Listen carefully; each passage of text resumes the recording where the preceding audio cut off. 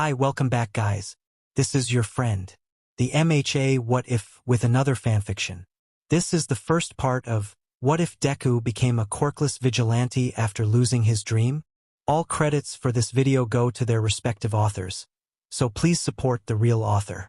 Check out the link in the description for more details.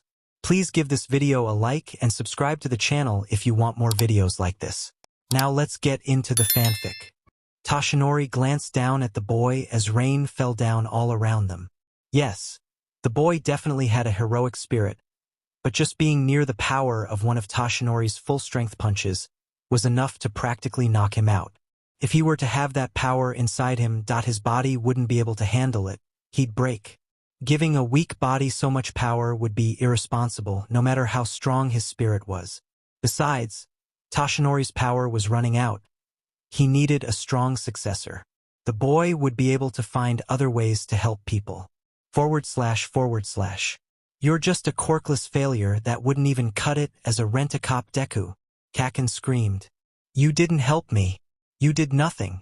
I don't owe you anything. You got that. Izuku nodded fearfully as Kaken stalked off. He was right. Izuku really hadn't done anything except get in the way. But at least he'd tried. It had been weirdly exhilarating. That one moment of risking his life for someone else before giving up on his dreams forever. If you want to be a hero so bad, take a swan dive off the roof and pray you'll be born with a quirk in the next life. Izuku shook his head. No, Kaken was just being mean. Izuku didn't actually want to die, right? That's not why he'd run in to stop that villain. The rush was just because he'd deluded himself into thinking he was helping Kaken. And there were plenty of other ways to help people, just like All Might had said. He could become a policeman. You wouldn't even cut it as a rent-a-cop. No, it would probably be best to do some research when he got home. There had to be other people out there that realized they couldn't be heroes, right? Maybe he could do some digging online and find out what careers they went into. He walked into the apartment and was immediately almost knocked off his feet as his mom ran to hug him. Oh, Izuku. Baby. I was so worried. What were you thinking? I guess I wasn't. Izuku chuckled. Sorry, Mom. After finally convincing his crying mother that he was, in fact, alive and well, he took a shower and then sat down with his laptop to look into alternate careers. The question now was what to type into the search engine. What to do when you can't be a hero. The search algorithm must be designed to search for any word in the entered phrase because the top results were all interview clips from various pro heroes giving the anyone can be a hero speech. Lies. Halfway down the page, however, Izuku finally saw a result that looked halfway like what he was actually searching for. He clicked on the link and it took him to a thread on one of the hero forums. A user a few years ago had asked, I just took the exams for several different hero courses and didn't get in. Being a hero was all I ever wanted to do. So what should I do now that it isn't an option? Well, Izuku hadn't quite gotten to the point of actually taking the UA entrance exam, but the rest applied pretty well. He scrolled through the various answers. A lot of them just offered condolences and told the asker to talk to the career counselor at their school.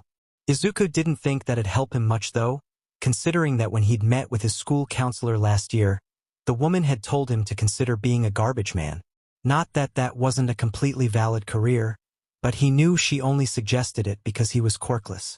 Izuku wanted a job where he could actually help people.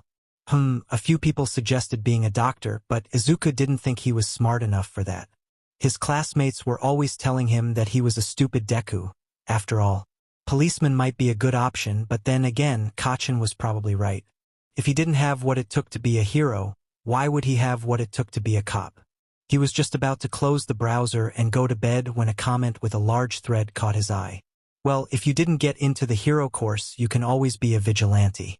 Most of the replies to that were exactly what Izuku suspected they'd be, basically bullying the commentator for suggesting something so obviously illegal. Izuku shouldn't even be thinking about this. He was in enough trouble for running into the situation earlier, but wait, wasn't that vigilantism too? They probably let him off easily because he's a kid and it was obviously the first time he'd done something like that. But that thrill of almost dying to save someone else. Izuku opened another tab. It wouldn't hurt to do some more research on vigilantes, right? The more he learned, the more he'd understand that this was a completely stupid idea that he absolutely should not do. It was obviously stupidly dangerous and had a very good chance of killing him, right? There wasn't a whole lot of information on particular vigilantes, at least not as much as there was on the legal heroes. Heroism was often based on fame, but apparently most vigilantes didn't get very popular. But popularity wasn't very important to Izuku. He didn't really need to be popular to be happy. Fame was for people like Kaken who deserved it. Then, around midnight, Izuku read a research paper about a group a few years ago called the Myheadinthecoudsnotcomingdown Vigilantes. It was by a college student who apparently hadn't gone on to do any more serious research, but it did give a decent overview of vigilantism in general and how illegal heroes were seen by the general population.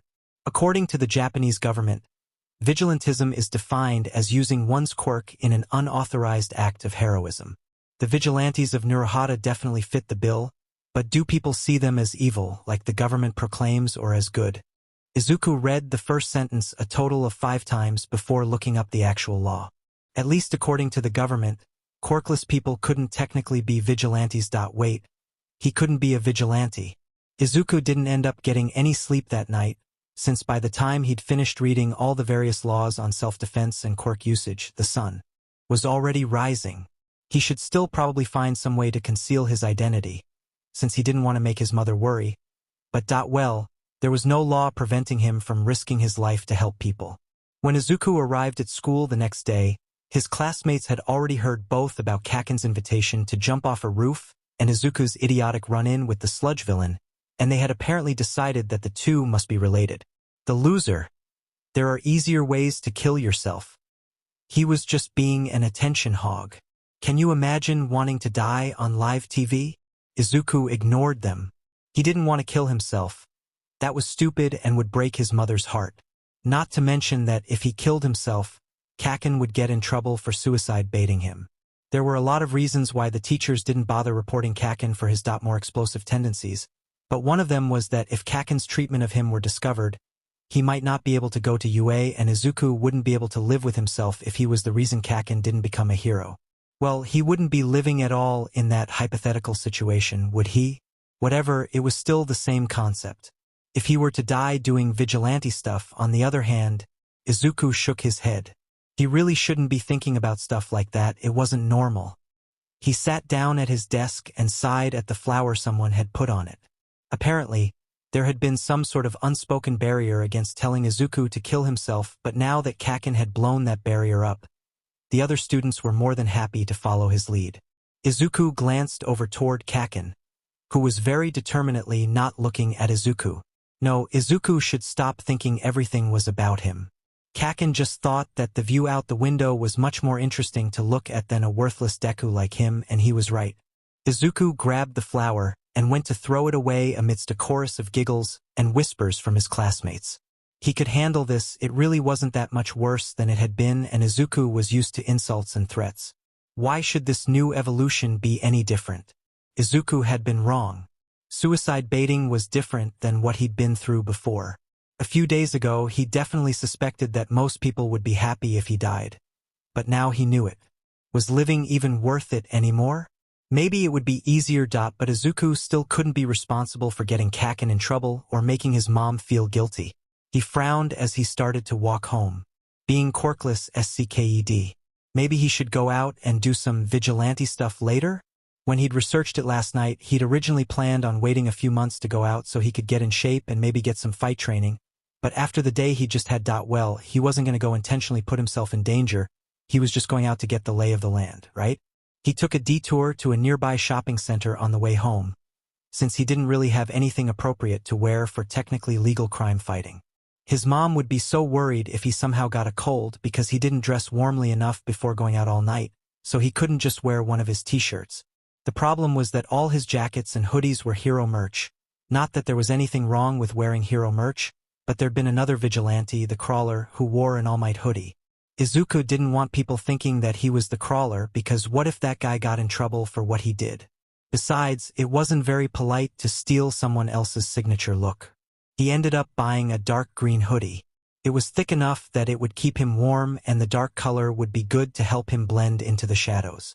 Black would probably be better, But the store was out of black and he was left to choose between green or navy, so he figured he may as well match his hair. There was a costume store next door to the department store he'd bought the hoodie at, so he decided he'd walk around and see what he could find to hide his identity. After looking at probably way too many different kinds of masks, he groaned in frustration. The simplest option would be to choose a simple domino mask, but one good punch and it'd be flying off his face. Not to mention that it might slide around and impair his field of vision, which wouldn't be safe at all. He was about to leave when he walked past a display of different goggles. That might be useful if someone tried to throw dirt in his eyes or something, right? The only problem was that he'd be going out at night. The goggles would need to be tinted to hide his face, but then they'd darken his field of vision. Izuku frowned, then noticed a sticker on one of the brands. Quirk Enhanced. Won't color your vision. That would work. Izuku tried on a pair and sure enough, even though he should be seeing everything in hot pink, the world looked completely normal. He shook his head a few times to see if they were secure. Alright, so the goggles weren't just going to fall off like a mask would. But did he really want them in pink? He ended up getting the goggles in dark green to match the hoodie and his hair. It was much simpler to have everything match rather than try to worry about accent colors and everything. And it's not like Izuku actually cared about what his vigilante alter ego looked like. He just wanted to help people. If he were going to be an actual hero, stuff like looks would be really important, but he didn't think he even deserved to look like a hero. So, Izuku really didn't need his vigilante outfit to be anything special, he just needed it to be practical. The guy at the checkout had a unicorn quirk, which Izuku thought was pretty cool. Did he just have the horn or were there other aspects of his quirk? Could he run faster than the average person? How did the horn affect? Hey kid, are you actually gonna buy that? Or are you just gonna stand there? Sorry. Izuku put the goggles down on the counter and the guy scanned them. Nice goggles, kid. You making a cosplay? Planning out his vigilante outfit was kinda like making a cosplay, right? Why, yep. The cashier nodded. Cool. That's where most of our sales come from, you know? But, by the way, if you're going for Hawks, we do have yellow goggles in the same brand. No thank you. It's, for something else. The guy shrugged. Gotta admit, I don't know all the heroes, but good luck with your cosplay. Hope it turns out okay. Izuku nodded. Thank you. Have a nice day. When Izuku got home, he hid the bags in the back of his closet and got to work on his homework, which was deceptively easy as usual. He always got through it too quickly, so he had to go back and second-guess all his answers because his classmates, even Kaken, took twice as long and there's no way Izuku was smarter than them. So, yeah, doing his homework didn't make him any less stressed. Mom called him for dinner right as he finally finished. She kept glancing at him between bites like she was trying to check if he was okay. He didn't know why she was so worried. He hadn't had any negative effects from the villain attack last night, and it wasn't likely he was going to be affected by it now. And Mom couldn't be worried about the bullying because she thought it was a thing of the past. When Izuku was 9, he'd realized that the only one he was hurting by reporting his classmates was himself because he'd get detention for being a troublemaker. So he'd told Mom that it had stopped and had taken up first aid as a hobby. So if it wasn't the villain attack and it wasn't the bullying, what was she so worried about? You're quiet tonight, Izuku. Mom said finally. Is everything okay? Oh, so she was worried because he wasn't talking, that made sense. But he couldn't tell her about the vigilante thing. She'd be so worried. Yeah, Mom, all good. He smiled. It was just a long day at school. So I'm pretty tired. Mom frowned. Those teachers aren't overworking you, are they? No. They're just trying to get us ready for high school, and you know how much work that takes. Oh, well that's a relief. Mom smiled.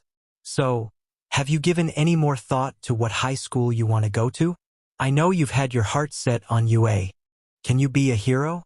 Not without a quirk. Izuku gave a strained smile. I am not really sure anymore. Don't get me wrong. UA is a great school. It's just I'm not sure it's realistic. Inko got a look on her face that was halfway between relief and pity, like she wasn't sure how she was supposed to feel. Izuku could relate. He finished his food and stood to take his dishes to the sink. Thank you for the food, Mom. I think I'm going to go to bed early tonight. Okay, baby. Inko stood to give him a hug. Just know that I'll support you. Whatever you decide. Okay? Izuku smiled for real this time. That means a lot, Mom. I love you. I love you too, baby. Izuku woke up to his alarm at 1 a.m. and quickly silenced his phone. Mom was a deep sleeper, but that still didn't mean he could be as loud as he wanted without waking her up.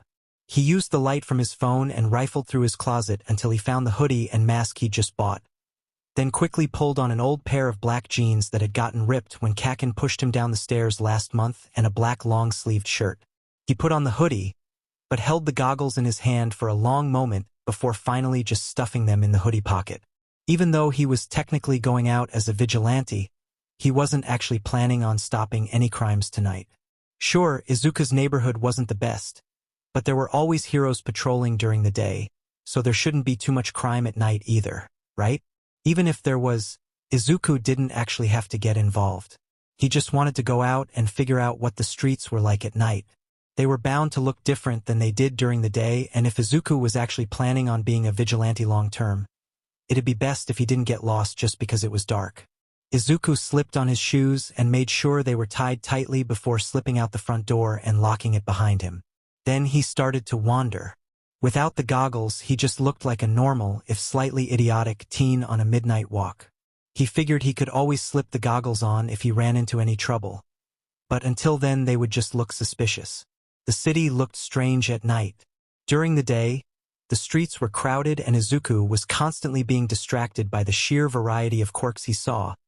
But at night, the streets were practically deserted. Most of the people he saw were either homeless or drunk or both. But they weren't really harming anyone, so Izuku didn't need to get involved. He made mental notes of where the darkest alleys were or where the street lamps were burned out so that he could disappear quickly into the dark if he needed to. But there didn't seem to be any danger yet. Izuku had been walking for 20 minutes and was starting to wonder if he'd even run into any crime tonight when he heard it. This can't be all you've got on you. What kind of guy doesn't even carry a cell phone? I swear, that's all I have. Izuku ran to the mouth of an alley and saw a group of 3 large thugs ganging up on a smaller teen. He grabbed his goggles from his hoodie pocket and was about to run in when one of the thugs hit the brick wall with his fist and noticeably cracked it. Oh no, that guy was strong. Izuku ducked behind a dumpster and tried to calm his breathing. There was no way he could fight guys like them. He didn't even have enough muscle to keep Kakin from beating him up.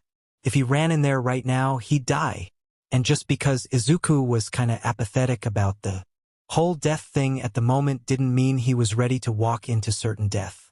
Especially when that death was almost guaranteed to be extremely painful. But Izuku couldn't just do nothing.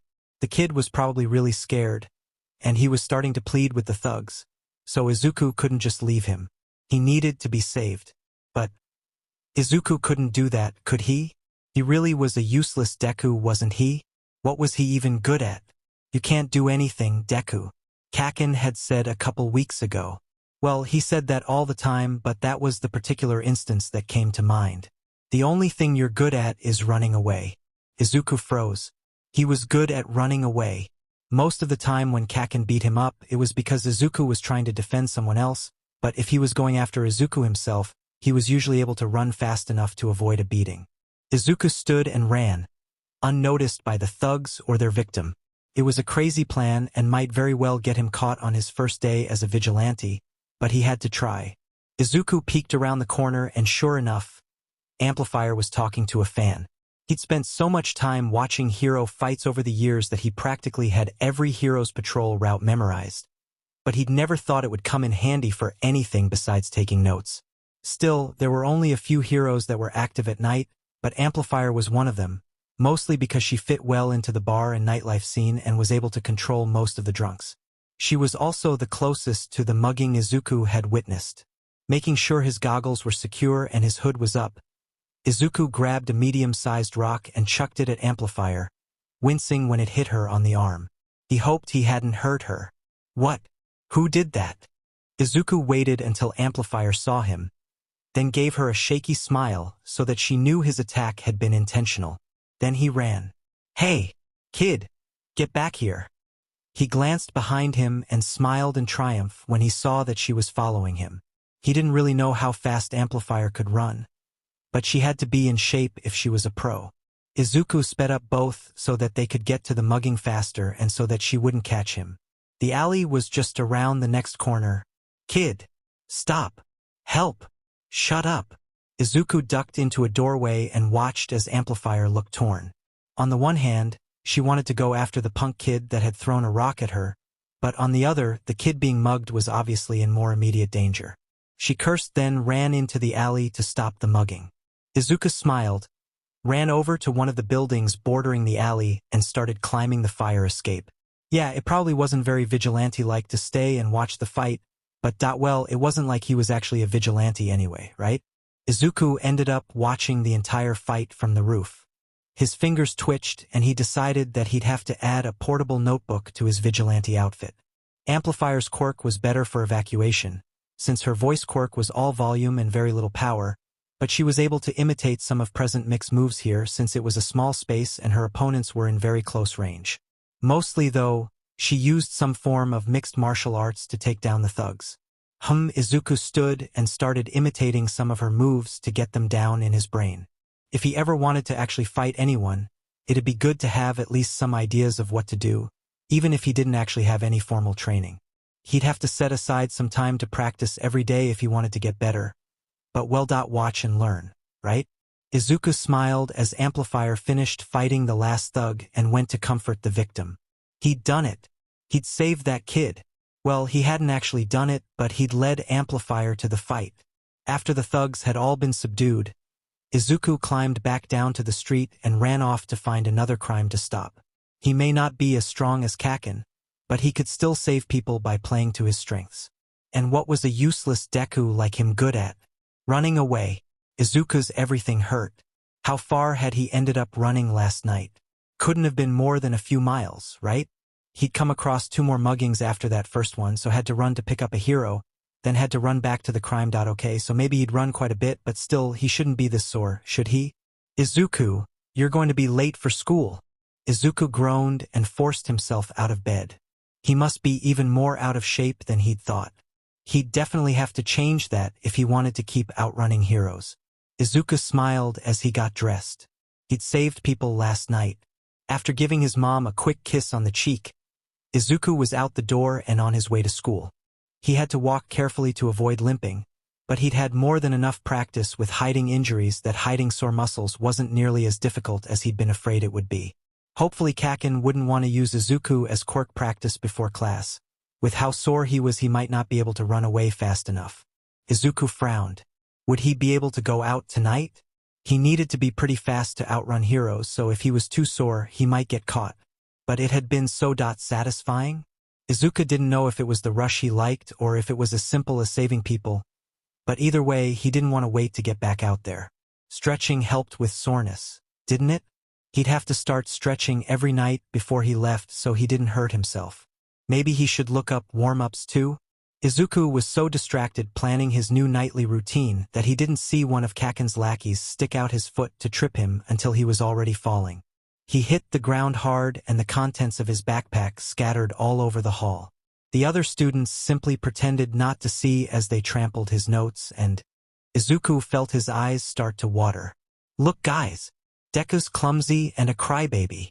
Izuku tried to blink back the tears as he scrambled over the floor, trying to pick up his papers before they were ripped beyond repair. There was a pair of teachers chatting a little further down the hall, but they didn't so much as glance at Izuku even when he cried out as one of the meaner students stepped on his fingers. Oh sorry Deku. I didn't see you there. The kid's smile gave away his insincerity. Not that Izuku had been expecting an actual apology anyway. He finished shoving everything back into his bag and stood to get to class, trying to avoid everyone's eyes as he wiped away the tears. He's such a useless weakling. Why does he even exist? Izuku kept his head down and did his best to ignore the whispers as he walked into the classroom and made his way to his seat.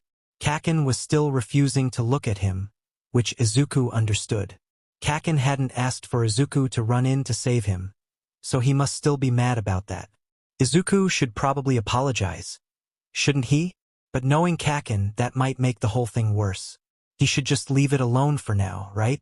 If things got worse, he would apologize, but until then maybe Kakin would just forget about it or chalk the whole thing up to Deku being an idiot. Though, it was strange that Kakin hadn't said a single word to him, since he'd stopped him on the street after the sludge villain attack. Normally, if their other classmates tried to do something, Kakin would come along and do it better to prove that he was still the best, so since everyone had decided to be crueler to Izuku, well, he just thought it would make a lot of sense for Kakin to use the situation to assert his demps. So why wasn't he?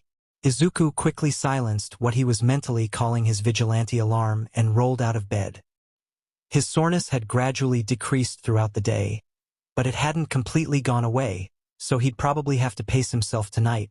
Still in his pajamas, Izuku leaned over to touch his toes and grimaced as his legs protested against the stretch. He then moved one foot back so he could stretch his calf better. He'd spent an hour that afternoon just looking up different types of stretches, specifically stretches that were good for people who did a lot of running. He'd never actually realized how important flexibility was to physical activity.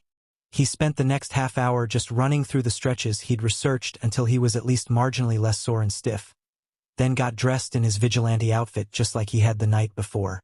This time, however, he grabbed a small green notebook that he'd bought on the way home and stuffed it and a few pens in his back pocket before heading out. He'd have to figure out how to notate the moves that the heroes used if he wanted to study them later, since there wouldn't be time to do his usual detailed drawings in the middle of a fight. Would stick figures be enough? As he walked, Izuku thought through the patrol schedules he'd memorized. It was a Thursday night, so who would be out? Well, Rocklock often worked later during the week so he could take the weekends off, probably to be with his family if what he said in interviews was any indication. Then there was Enigma, but her gigantification quirk might allow her to catch him too quickly, so he should probably try to avoid using her if possible. He might be able to catch Death Arms if the hero decided to stay out later for whatever reason. Empty Lady probably wouldn't be patrolling at night if her media-mongering debut was any indication, so she wouldn't be any help. Who else? It was surprising, now that he thought about it, just how few heroes patrolled at night. If he was out walking at 2 in the afternoon rather than 2 in the morning, he'd be able to have his pick of at least 5 or 6 heroes on any given day, but well, he couldn't get mad at heroes for getting tired. But from what Izuku had seen the night before, there wasn't less crime at night. If anything, there might even be more crime at night, since there weren't as many people out to be witnesses and there weren't as many heroes patrolling the streets. If Izuku were a villain, he'd probably be completely nocturnal for those reasons alone. Izuku sighed. Hopefully Amplifier wouldn't get too annoyed with him if he had to use her again. He'd already used her twice last night and she probably had better things that she usually did during her patrols, so he'd have to try to spread it out as much as possible, at least until he got strong enough to start fighting criminals himself. But Izuku had decided that the running had 2 purposes. The first was obviously to get heroes to stop crimes in progress, but the second was to build muscle and stamina so he stood a chance when and if he ever felt confident enough to fight. Not that anyone would care if anything happened to you anyway. Izuku shook his head. He didn't want to die before he had the chance to save anyone. Besides, he knew that getting a bully to change his targets was temporary at best. If he died too quickly at the start of a fight before the real victim had a chance to get away, then he really wouldn't have done any good. Not to mention that if he died too quickly, it might just make the villain more angry and end up making things worse for the person he'd been trying to help. Not that anyone would really be surprised if that happened. He was a useless Deku after all. Izuku caught movement in the corner of his eye and looked through the window of the 24-hour convenience store. He sometimes bought snacks to see someone threatening the cashier with an electricity quirk. Who was the closest hero to here? Rocklock. Izuku ignored the burning in his legs as he took off running as fast as he could. So, how's the wife? Amplifier asked. Getting ready to pop? Rocklock shook his head. She's not due for another few months. She's already complaining about how big she is though. I just tell her that means there's more of her to love. Oh, smooth. Romeo, smooth. Usually Rocklock didn't stop to talk to other heroes, but it was a slow night and Amplifier had been chasing down a drunk that had been harassing women where she usually patrolled. He'd helped take him down by immobilizing his clothes, and she'd stuck around after the police had picked him up. Who knows, maybe he'd run into a situation where he could use the extra help. Well, there is a reason she fell in love. Ow. Something hit him on his calf and he looked down to see a rock. He whipped around to see who threw it and caught sight of what looked to be a kid in a green hoodie and goggles smile at him before running away. "Let's go." Amplifier started following the kid, but Rock held her back. "Why? He's just some hooligan. It's not going to do any good to run him down." Amplifier shook her head. "No, I saw the kid yesterday too, and when I chased him, he led me straight to 2 different muggings. Don't worry, we're not going to try and catch him. But if that kid throws a rock at you, he wants you to chase him." She started running again and Rock shook his head as he followed. He still wasn't convinced that chasing the kid was productive, but Amplifier had proven to be a decent hero, so he'd trust her for now. And well, it was a slow night, so if nothing else, following this kid was something to do. Izuku stopped as soon as he realized that Rock and Amplifier weren't following him. Had Amplifier decided he wasn't worth her time anymore? He hadn't been trying to get her, but she'd been talking to Rock and there wasn't any time to go find another hero. Should he try to go find Death Arms? Probably, but by the time he got to Death Arms' patrol route, the robber would be gone. He really was useless, wasn't he? He couldn't even get a hero correctly. Izuku startled as he heard footsteps behind him and grinned as he saw Rock and Amplifier running toward him. Rock looked skeptical about the whole thing, but that didn't matter right now. What mattered right now was making sure that the convenience store robber got caught. Izuku took off and hoped that they weren't too late. Situations like robberies could often take a turn for the worse extremely quickly. His breath was starting to get painful as he pushed himself even harder. They couldn't be too late, they couldn't. Izuku didn't know whether to laugh or cry as he turned the corner to see the robber leaving the store. Was the cashier okay? Izuku didn't know what he would do if he wasn't. Wait, how would the heroes know that the guy was a villain? Izuku didn't stop running, but leaned down and scooped up an empty soda can that someone had tossed on the sidewalk. He only hesitated a moment before he lobbed the can as hard as he could at the villain's head. Hopefully this wouldn't be the idiot move that killed him. Imagine what the kids at school would say. "Did you hear that Deku killed himself by throwing a soda can?" Seriously, what a lame way to go. But what else did we expect from someone so worthless? The villain turned around in rage, then saw the heroes behind him, and Izuku almost cried with relief when the villain decided to activate his electricity quirk and charged. Now the heroes wouldn't have any doubt on who they were supposed to attack. Izuku dodged behind a parked car and used the car's RBB tire to shield him from the attack. He poked his head out and Izuku smiled as he saw that Rock and Amplifier had engaged the villain. Now what? Oh yeah, the cashier. Izuku flung open the door and ran to the counter. The guy wasn't standing at the counter like he should be. So where was he? Had he gone to a back room to recover from the stress, or was he? Help! The voice was soft and laced with pain, but a dead person couldn't talk, so that meant the cashier was alive. Izuku nearly panicked when he ran around the counter and saw the man lying on the ground, electrical burns covering most of his face and arms. Izuku was familiar with burns and those looked like they hurt. A lot. He forced himself to calm down, but wasn't able to force a smile onto his face. "Sir, do you have a phone?" "Oh, on the counter." Izuku hurried and dialed the police. "Yes. Hello? There's a guy here with electrical burns, at least 2nd or 3rd degree. Yes, it was a villain attack. Somebody robbed the convenience store on Randamu Street." "Yeah, we're still here, hurry." Izuku put the phone down and knelt beside the cashier. "Are you okay?" "Oh wait. Obviously you're not okay. You just got robbed and you're hurt and—" "How did you—" the man rasped. "Know about the robbery?" "Oh, I brought the heroes. They're fighting the guy outside." "Oh, those burns look bad. Let's get that okay, yeah." Izuku stood and found the burn cream and bandages.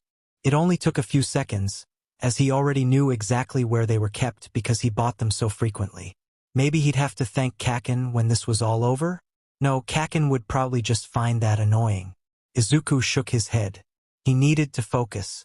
He grabbed a rag that was underneath the counter and ran over to the soda fountain to wet it with cold water, then started dabbing the wet washcloth on the burns, being extra careful not to rub so he didn't do any more damage to the skin.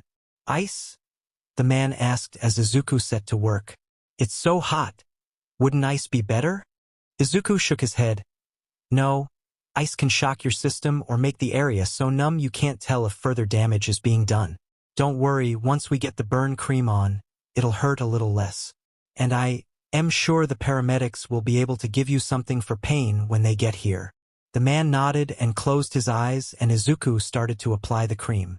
He was just wrapping the burns when the door opened, and he heard Amplifier's voice. "Kid? Are you in here?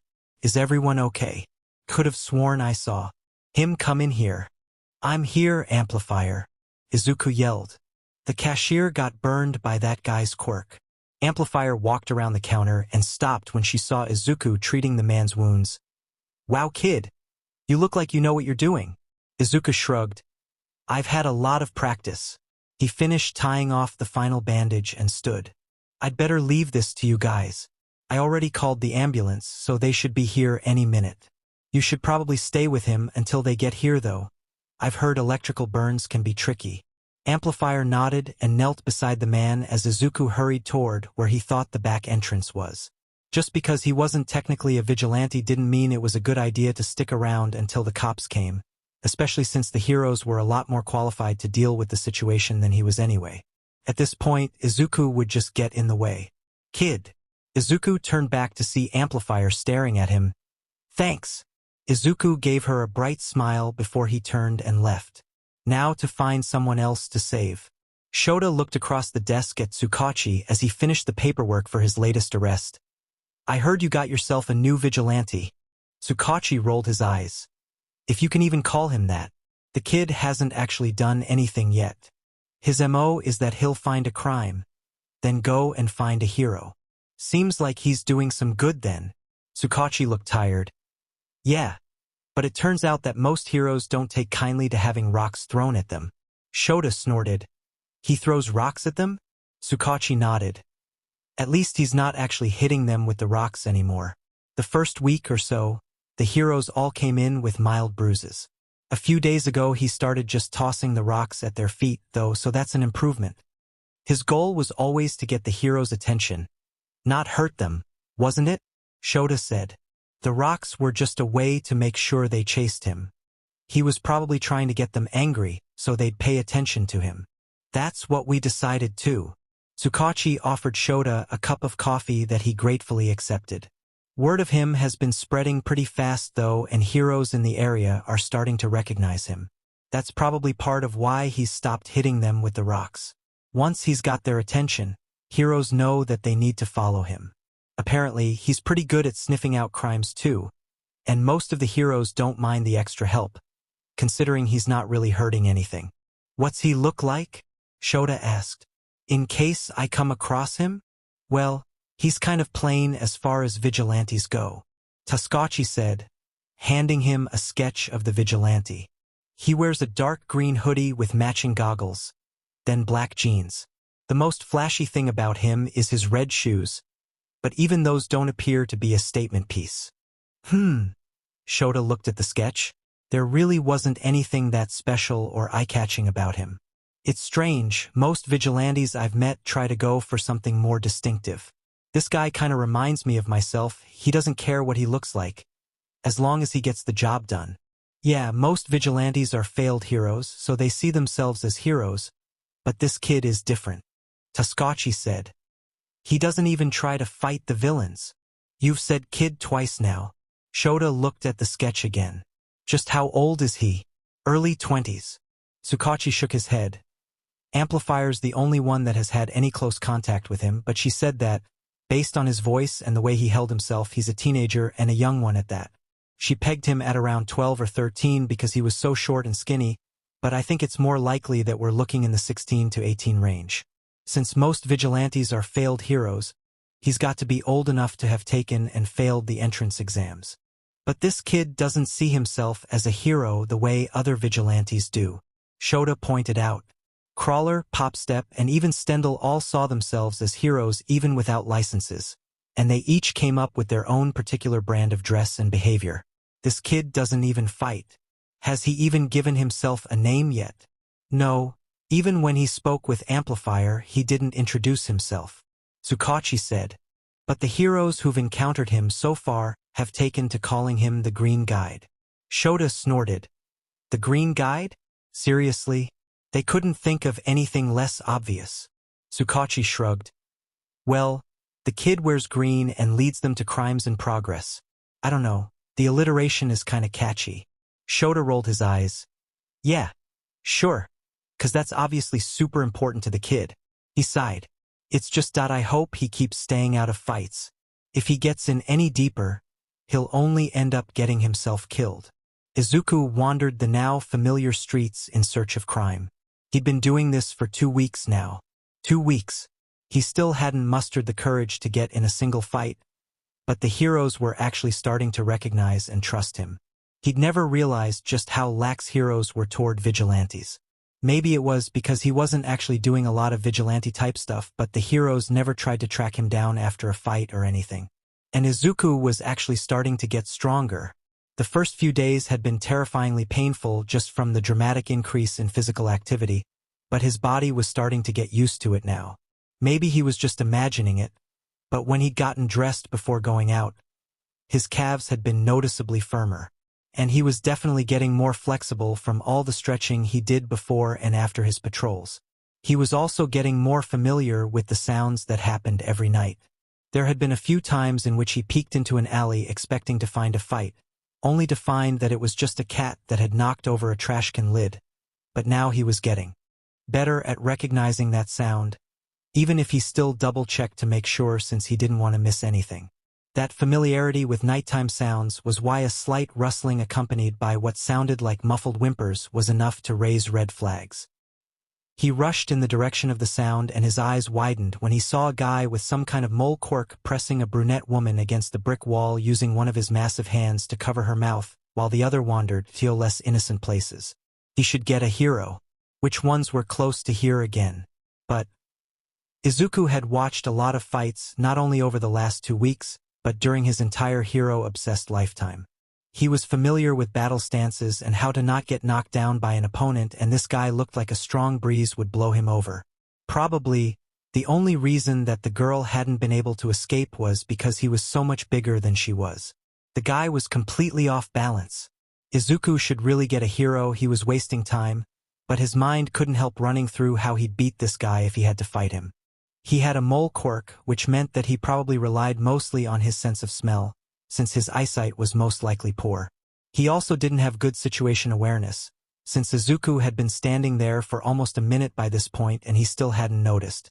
Oh no! He'd been standing there for almost a minute. He needed to go get a hero. Unfortunately, the woman had more situational awareness than her attacker, and right as Izuku was about to turn and run, she caught his eye. Her muffled screams got more frantic and Izuku couldn't help himself as he ran forward to save her. CRP. CRP. CRP. What was he supposed to do? This guy was so big and Izuku still didn't know how to fight at all. Okay, the mole quirk meant that the guy was mostly blind, but he could still probably smell Izuku if he wasn't careful, so. Izuku glanced around and saw a half-full takeout container on the floor by one of the dumpsters. He picked it up and swallowed down his own disgust. Hey, mole man! Oh, Kaken would be ashamed of that insult. It wasn't even an insult, it was just an observation that was phrased as an insult. Like Deku. But even if it wasn't very creative, it did the trick and Mole Man turned around only to get a face full of half-rotten takeout. His heightened sense of smell would no longer be a problem. Mole Man let go of the woman as he pawed desperately at his face to wipe away the stench. But Izuku didn't give him much of a chance as he lunged for his legs.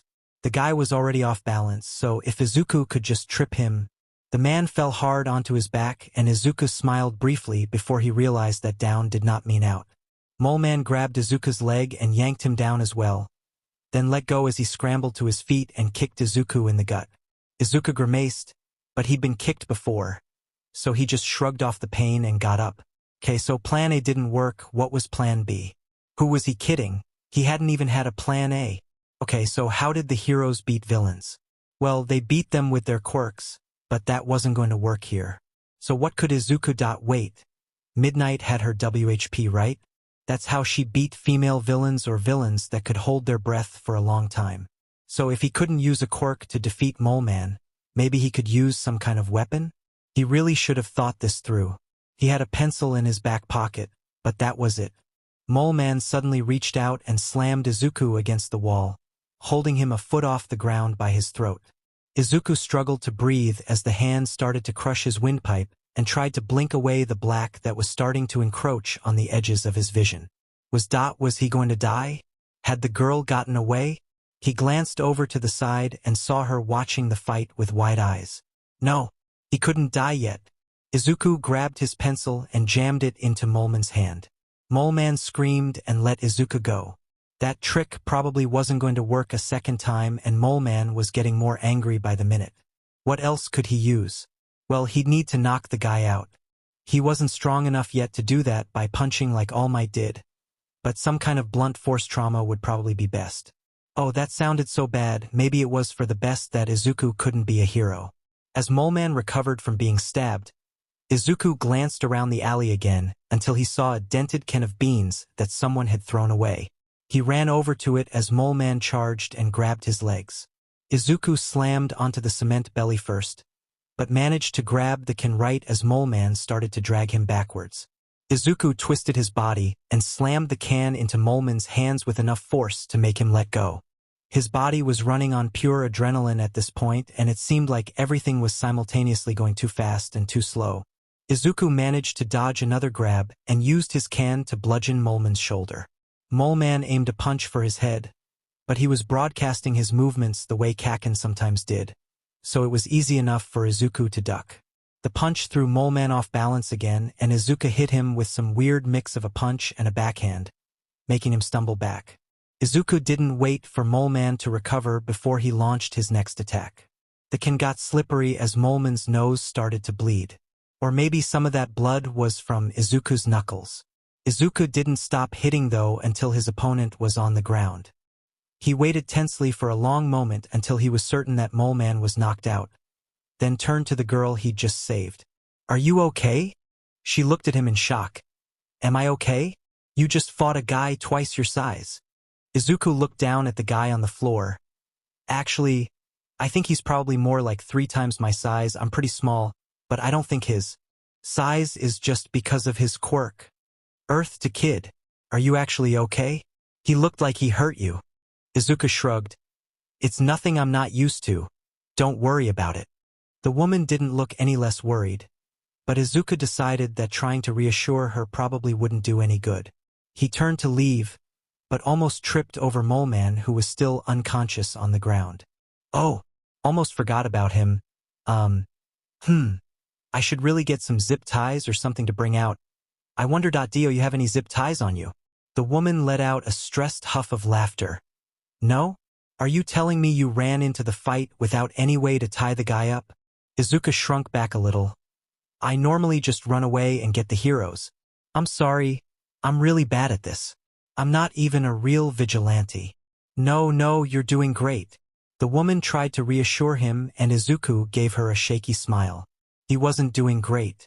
There's got to be something around here we can use," he muttered. "Maybe if I can find some rope? Oh, I can tear this old t-shirt into strips. Probably won't stop him for long. But hopefully the police will arrive before that'll be a problem." The woman stared at him as he tied up Mole Man as tightly as he could. Do you need me to do anything?" Izuku shook his head. "If you could call the cops after I leave, that'd be great. I mean, you should probably stick around so you can explain what happened, 'cause otherwise they might not actually be able to arrest this guy. But if he starts waking up, you should probably run."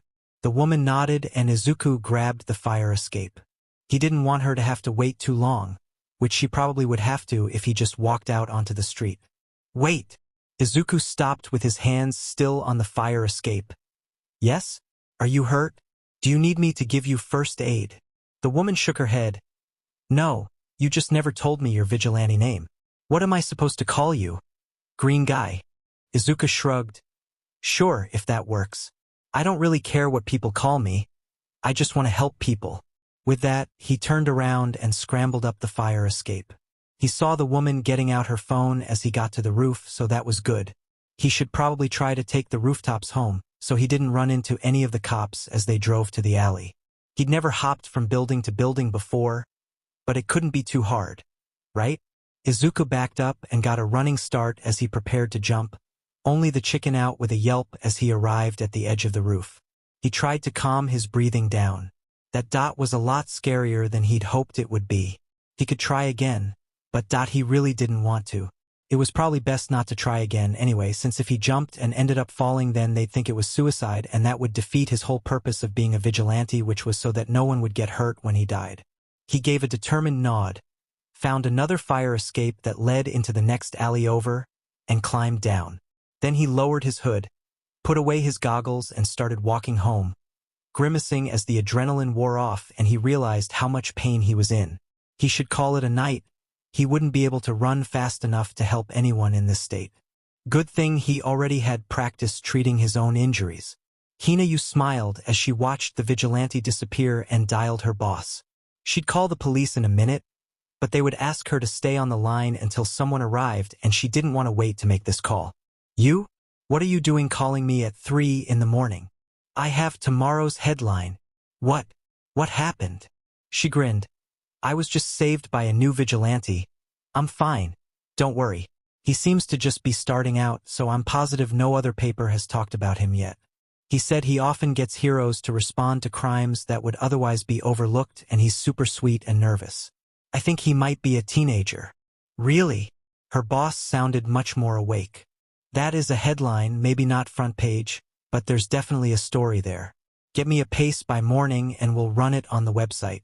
If it gets enough hits, I'll give you the go-ahead to do more research, and we'll do a full piece by the end of the week." "What's your vigilante's name?" Hina frowned.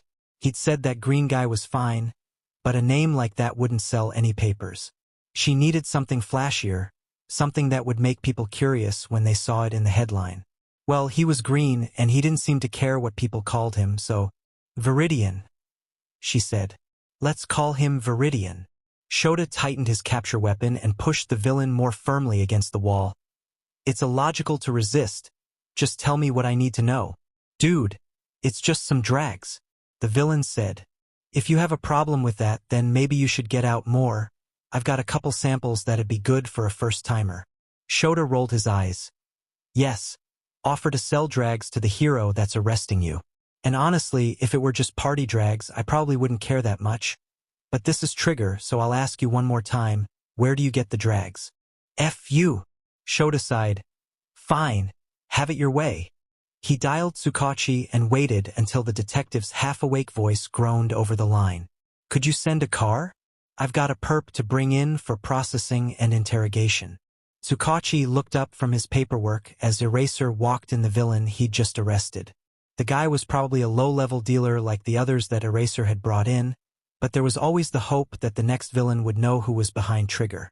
"Interrogation room 8 is open, Eraser. You can put him in there." Eraser grunted in acknowledgement and dragged the thug toward the back of the station as Tsukachi poured them both some coffee. He'd have to go interrogate the guy later since he was one of the detectives on the Trigger investigation, but that could wait a bit until this paperwork was done. Leaving the perps to wait for a few minutes helped establish control of the situation anyway. Shota finally sat down on the other side of his desk and grabbed the coffee, then grimaced. "Tsukachi, you didn't mention that the station had suched out their coffee for paint thinner." Tsukachi just laughed. "Oh, you're just mad that Mizutafu doesn't have your favorite cat cafe. What can I say? The Hata brothers make a mean cup of coffee." Shota shrugged. "You got those forms? I want to get this over with as fast as possible." Tsukachi shook his head, but grabbed the villain intake form from the drawer at his right and handed it to Shota, who started to fill it out with both annoyance and boredom.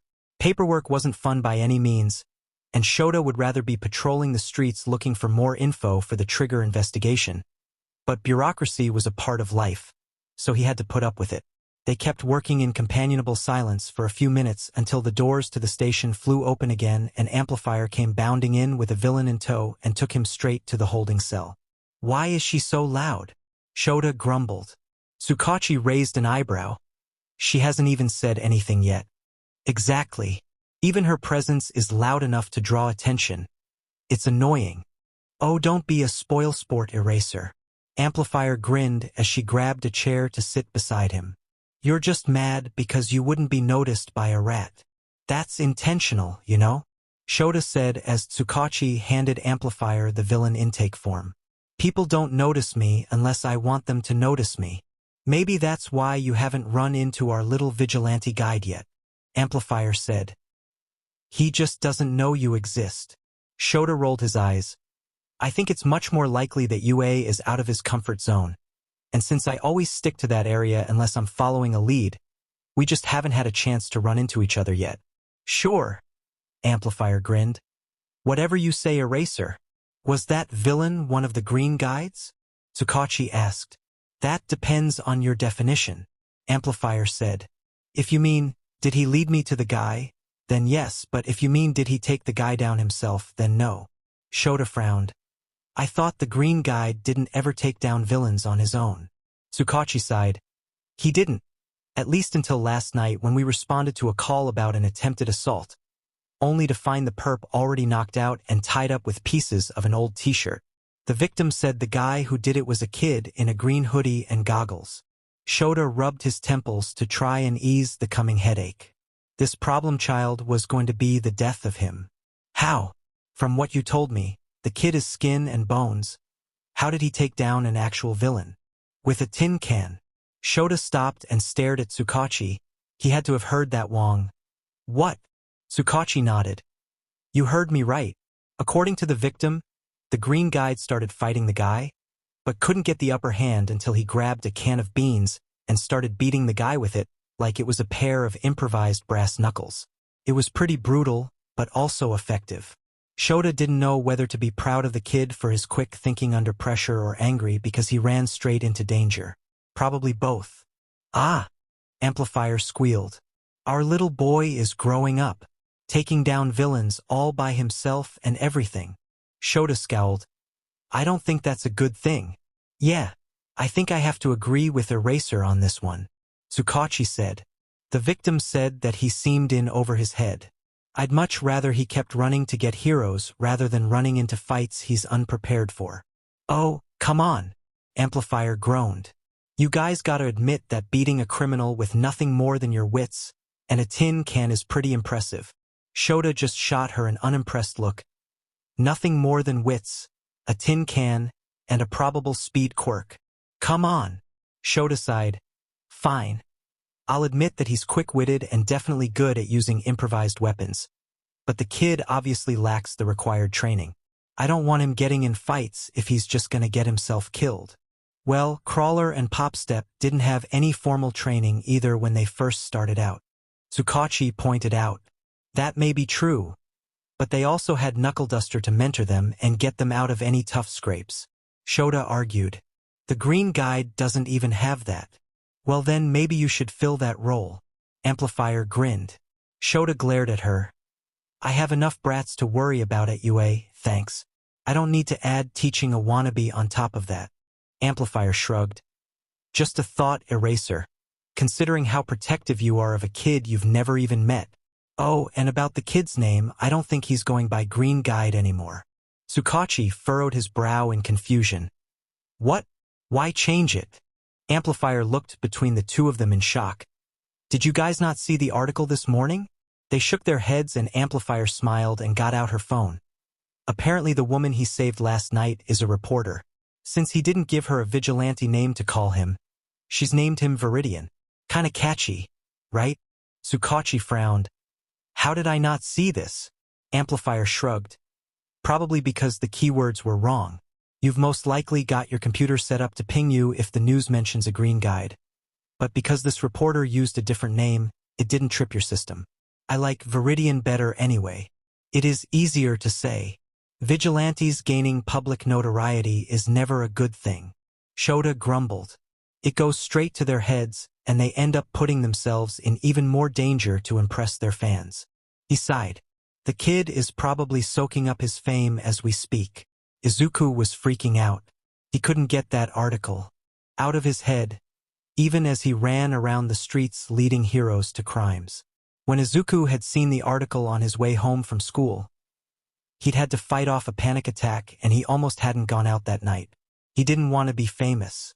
The more people paid attention to him, the more likely it was that they'd figure out that he was quirkless, and the faster he could say goodbye to any positive reputation he'd gained. He wasn't even technically a vigilante, so why did he have to have a name? But apparently that woman he'd saved was a reporter? So she'd written about how he'd taken down the villain, and she'd apparently done some digging to see that he normally stayed out of the fights himself. Izuku didn't deserve to have articles written about him like the heroes did, so he couldn't help feeling like he'd tricked that reporter somehow. He hadn't been trying to fool her into thinking that he wasn't worthless, but that's apparently what happened since her article was so positive. He'd just been trying to help her, which was ultimately why he was out on the streets again tonight. Sure, he wasn't necessarily happy about the article, but he also wasn't about to let that stop him from helping people either. And he was helping people. He was helping the heroes find the people that needed saving.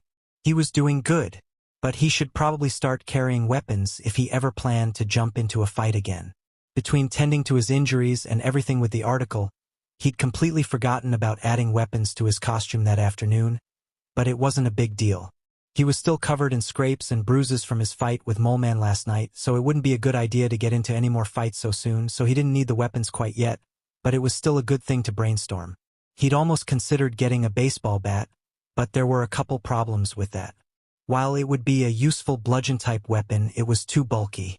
He wouldn't be able to easily run if he had to be constantly hefting the bat, so it would actually prevent him from saving people, which was the exact opposite of what he wanted.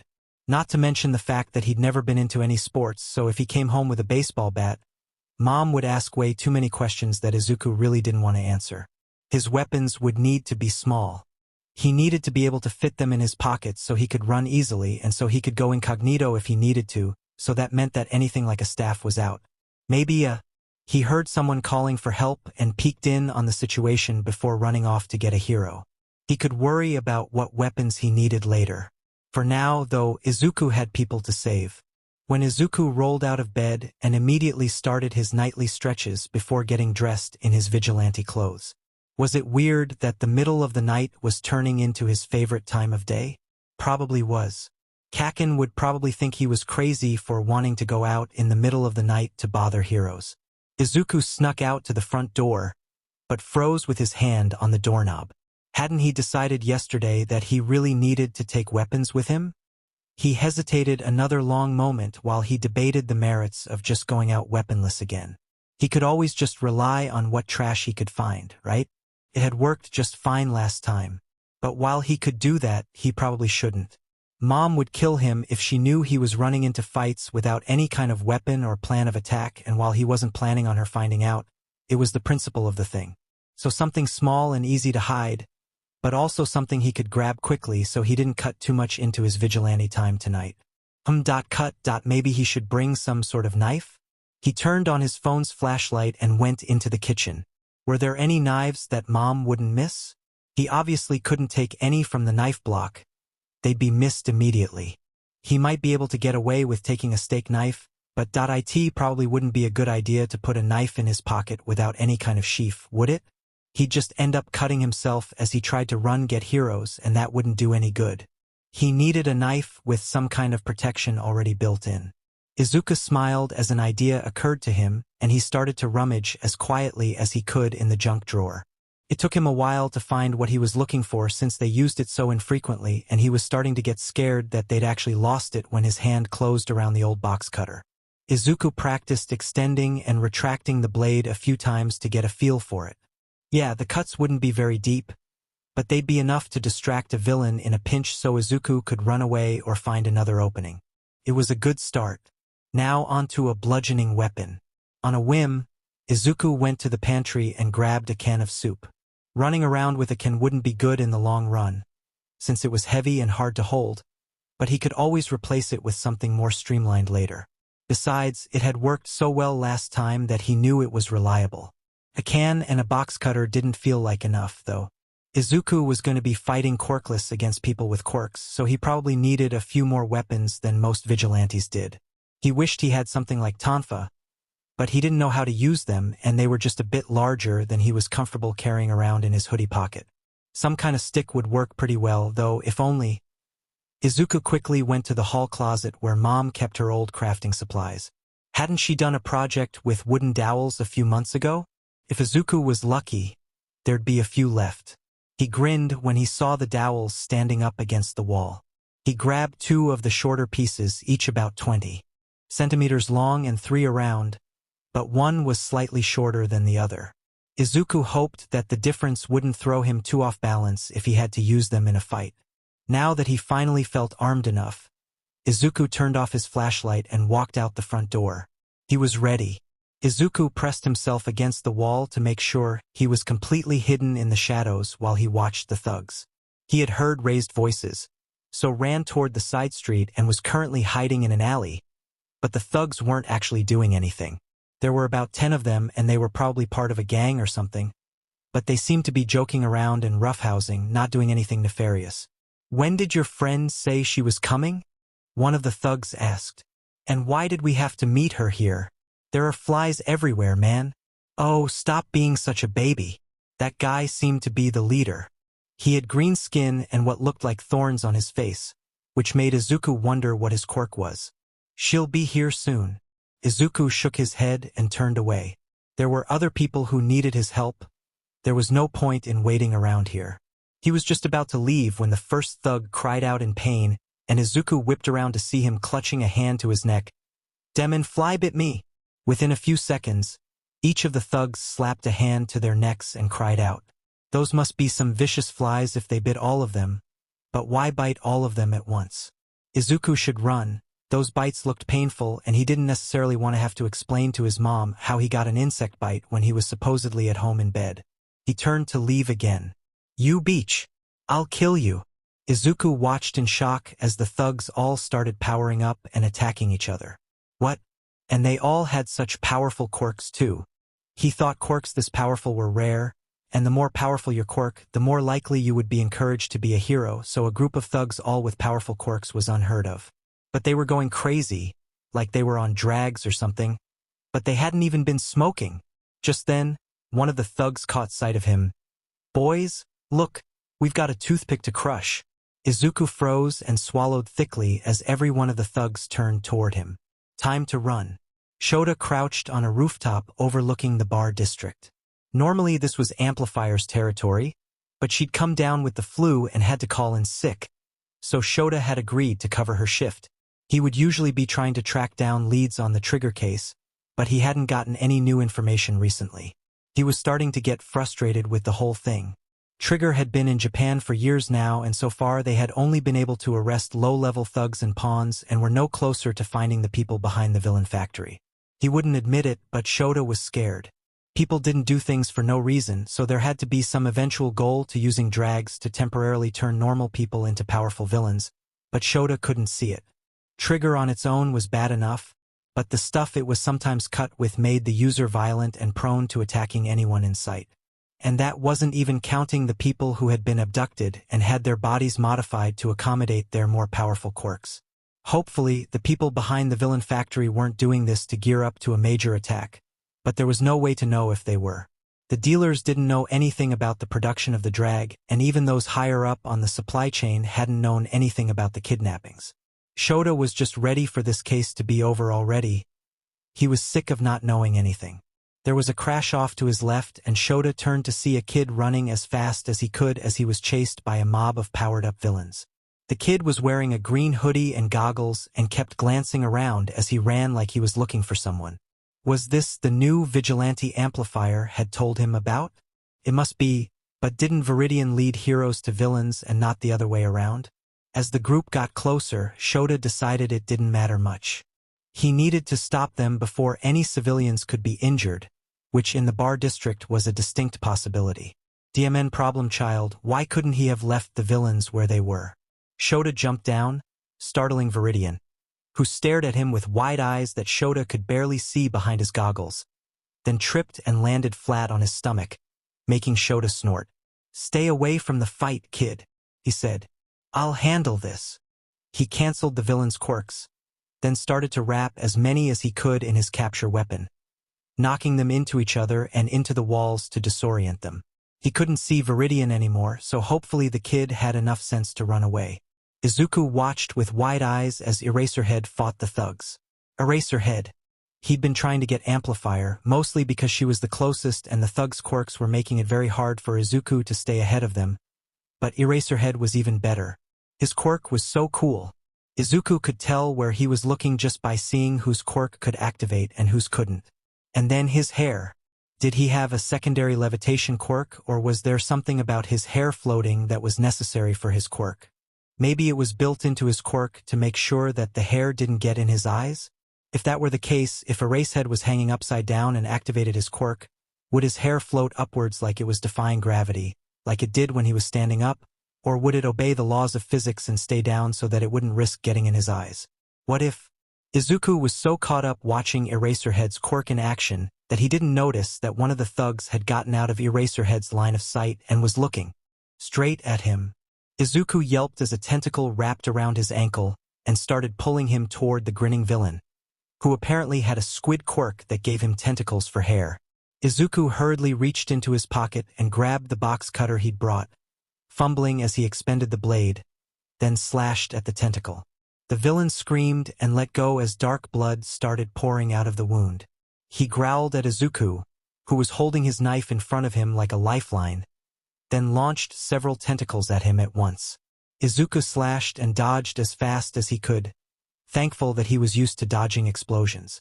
He managed to cut quite a few of the tentacles that were attacking him, but the box cutter wasn't long enough to cut them off. Not that Izuku really wanted to do that anyway. If he cut them off, would they grow back? Or were they like an arm that once it was severed, was gone forever? He really needed to stop getting distracted by interesting quirks because just as he was getting into a rhythm fighting the tentacle villain, another came up and hit him between the shoulder blades, throwing him to the ground and making him lose his hold on the box cutter. He looked up to see a villain with bulging muscles looming above him. This wasn't good. Well, he didn't have any ranged weapons, but his best option was the dowels, probably, since he'd lost his knife. Izuku's heart sunk as he grabbed the wooden sticks from his hoodie pocket. They didn't look like they'd do a lot of good against a strength quirk. The man lunged for him again and Izuku dodged around him, then brought both sticks down on the back of the man's skull. They broke. Oh! Izuku gulped as the man slowly turned around and glared at him. This was it. This was how he died. Wait, was he deflating? I thought I told you to get away, kid. Suddenly the man was wrapped in Eraserhead's scarf and pulled out of the way to reveal the hero himself staring down at Izuku with an exasperated expression. Okay, this was how he died. Sorry, Eraserhead, sir. just. A movement behind Eraserhead caught Izuku's eye, and he realized that the tentacle villain hadn't been taken down yet, and was going to grab Eraserhead. Izuku didn't even have time to think before he was rushing forward. His dowels may be broken, but they had splintered when they broke, which made them more like stakes. He didn't need to completely defeat the villain. He just needed to immobilize him for long enough for Eraserhead to erase his quirk. He ducked beneath Eraserhead's arm and brought his stakes down on two of the tentacles, pinning them to the ground and making the villain cry out in pain. A few seconds later, the man was dragged toward him as his tentacles retracted back into his head. Izuku looked up behind him and could barely see a glint of red behind the gold goggles. Eraserhead waited a few seconds to make sure that the villain wasn't getting up. He must have passed out from the pain once his quirk was erased, then turned his glare toward Izuku. You must be Viridian. Izuku winced. I didn't ask for that article, I swear. I'm so sorry, Eraserhead. I was going to get Amplifier when these guys just started going crazy all of a sudden.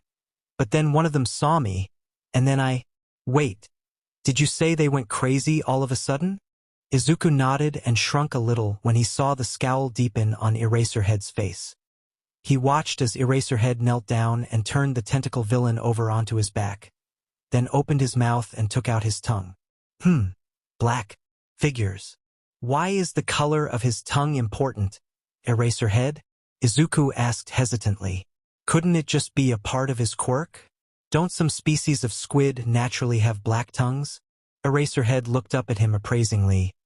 True, but why don't you check one of the other villains? I doubt you can justify them all having black tongues naturally. Izuku slowly made his way over to one of the unconscious villains and looked at his tongue. Sure enough, it was black, but the color's fading. Eraserhead nodded. It's the drag.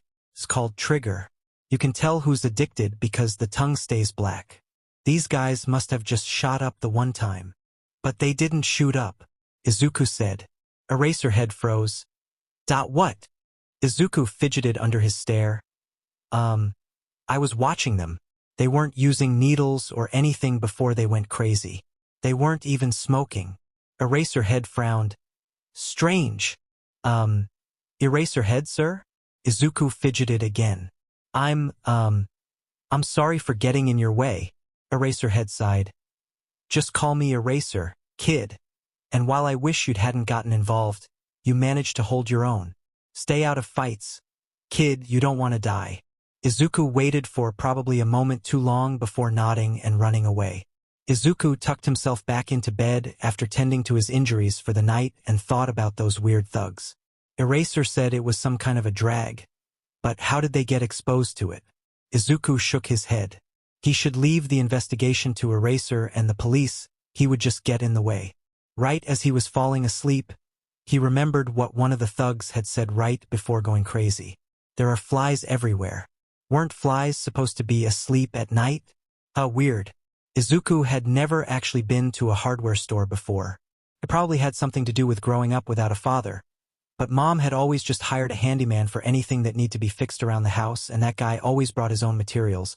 So Izuku had never really had any reason to walk inside a store like this before, which was why he was currently standing frozen at the entrance, unsure of where to begin. Some of the employees were starting to stare at him strangely, probably wondering why a kid in a middle school uniform was staring at their store like it was some kind of labyrinth that was going to eat him alive, so Izuku forced his feet to move and started aimlessly wandering while trying to look discreetly at the signs. It wasn't his fault the store was so big and intimidating. Alright, he'd had a goal when he'd walked in here, hadn't he? Oh right, pipe.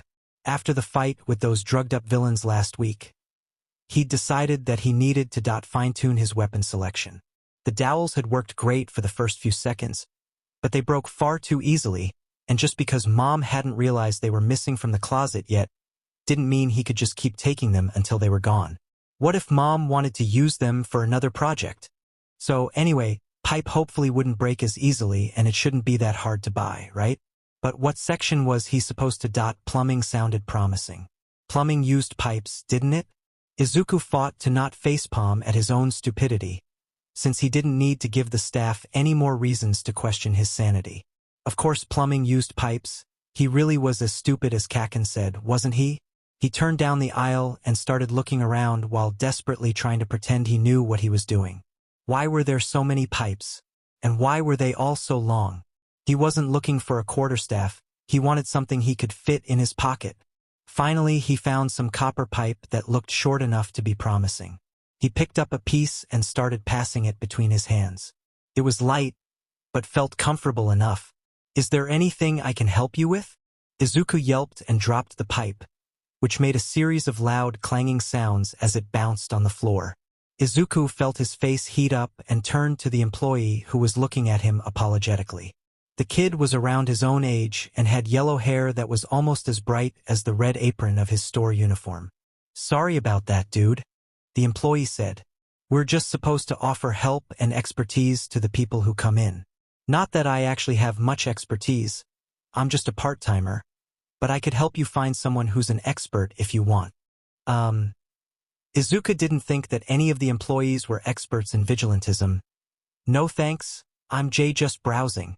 If you tell me what your project is, I could probably point you in the right direction, the kid offered. It's just a hobby. Izuku glanced down at the copper pipe, which was still sitting forgotten on the floor. It seemed too conspicuous, like it was a physical reminder of how useless he was. He not only didn't know what kind of pipe to buy, but he'd also managed to loudly drop one within minutes of arriving at the store. He really was such an idiot, wasn't he? The employee followed his gaze downward and smiled sheepishly. Sorry, dude. Normally I'd grab that and put it back for you. But, he chuckled awkwardly. I'm not really supposed to handle any conductive materials. For the first time, Izuku noticed the black lightning bolt pattern in the employee's hair. Oh, you have an electricity quirk. Yeah. The employee smiled brightly. My name's Kaminari, by the way. Nice to meet you. Izuku leaned down and picked up the pipe. It's really smart of you to work here with your quirk. I'm sure you're learning all sorts of stuff about circuits and electricity. Kaminari's eyes widened. Whoa, I hadn't even thought of that. Dude, I just wanted to save some extra money for high school. I wonder if some of the guys in the electronics section would be willing to teach me. I'm sure they would. Izuku smiled. Good luck. Thanks, dude. Kaminari smiled. And good luck on your project. Izuku nodded and watched Kaminari leave before turning back to the pipe in his hands. He looked it over and frowned when he saw some small dents from where he'd dropped it. Copper was probably really good for traditional pipes, but it seemed like it was too soft for what Izuku had in mind. It would be really inconvenient to have to fix dents in his weapons every night, which put him back to square one. If copper wasn't going to cut it, then what kinds of metal were there? There were a bunch of different plastics and PVC pipes, but those would probably have the same problems with breaking as the dowels did, so he didn't waste much time in that section. Finally, he saw a section with black pipes that said they were made of iron. He picked up a shorter piece, and it seemed like it was heavy enough to pack a punch. He almost wanted to drop it to make sure it wouldn't dent, but the embarrassment had been bad enough the first time, and that had been an accident. He chose two identical pieces that were thick enough for him to hold comfortably and around 30 centimeters long. They'd take some getting used to, but the store didn't sell anything shorter than that in the iron, so they'd have to do. He put his pipes in his basket and started wandering toward a sign that said tools. He probably wouldn't buy anything from there, but it wouldn't hurt to look right. Maybe they'd have a larger box cutter or something similar. The one he had was functional, but it hadn't been long enough to do any meaningful damage to that tentacle villain, so it'd be good to have something with a longer blade as a backup. Looking at the box cutters, though, Izuku realized that they didn't really have a lot of variety when it came to blade length. It seemed like most of the differences between different models were just the width and the handle, which wasn't something that Izuku cared about. Displayed right next to the box cutters, though, were a few utility knives. Izuku hesitated before looking at them. Was he really ready to carry a knife? That seemed more serious somehow. Like he was actually planning on hurting someone rather than just taking along a weapon in case of emergencies. But was a knife really all that different than a box cutter? They were both sharp and could do some damage, and the utility knife would be really useful. He gave in and got a generic-looking knife that was able to fold into its own handle so he wouldn't accidentally cut himself. It's not like he had to use it, right? It was just good to have. Between the knife and the pipes, though, Izuku was starting to get concerned about how he was going to carry everything. Sure, he had his hoodie pocket, but he'd already dropped his soup can 3 times while running, and it had only been a week. Things just started to fall out from all the bouncing that running involved, so he should probably find a better solution. He wandered around the tool aisle a little longer before he saw a section labeled tool aprons. Some looked like actual aprons, like the kind Kaminari had been wearing, but others were more like utility belts. They had loops that were probably meant for hammers, but Izuku could easily modify them to hold his pipes, and some pockets that would probably be perfect for his knife and can. He chose one made out of a dark green canvas-like material that would match well with the rest of his vigilante outfit and added it to his basket. It was a little pricey, but he hadn't bought any hero merch since Well. The point was that he had a little extra allowance saved up so he could afford it. Izuku made his way toward the checkout section, but stopped when one of the displays on the end of the aisles caught his attention. Slingshots. Well, it would be nice to have something capable of long-range attacks. He gave in to temptation and read the packaging. Slingshots. A fun, effective tool perfect for hunting and survival. Simply put your preferred ammunition. We recommend steel shot, marbles, or even smooth rocks in the leather pouch and fire. There were some packages of steel shot in the same display, which basically looked like metal marbles, but Izuku didn't grab any. Firing metal at someone sounded really serious, like firing a bullet, and he really wasn't a serious vigilante. Besides, other people were probably a lot better at slingshots than he was, and if they were planning on using them for hunting or survival, then they needed the professional ammunition much more than he did. The cashier gave Izuku a weird look as he checked out, but he wasn't really paying attention. He should buy some marbles on the way home. They'd be perfect for his slingshot. Plus, they'd solve a problem he'd been having finding rocks. Normally there was enough rubble from past hero fights that Izuku didn't have any trouble finding stuff to throw to get Hiro's attention. But there had been a few times when it had taken a minute or two to find something to throw and the heroes had almost been too late. If he had marbles to throw, he wouldn't have to waste any time finding rocks. He wouldn't use his slingshot on the heroes, that'd be rude, but throwing them would work fine. He chose a bigger toy store downtown, hoping they'd have a bigger variety of marbles.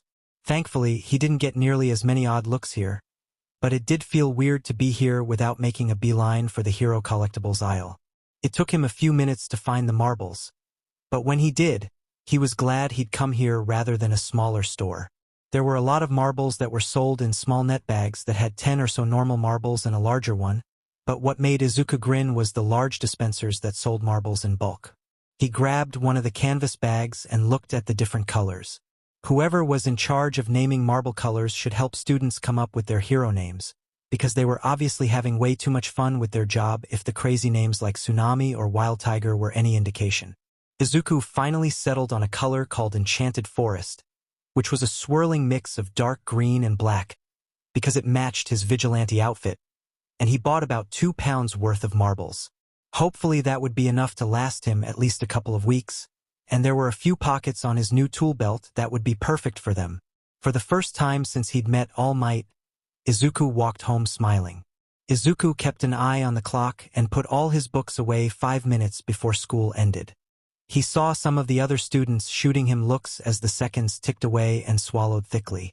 Hopefully he really had been getting faster since becoming a vigilante because he wasn't looking forward to what would happen to him if he didn't manage to get away in time. The bell was like the gun at the beginning of a race, and Izuku was out of the room before most of his classmates had even grabbed their bags.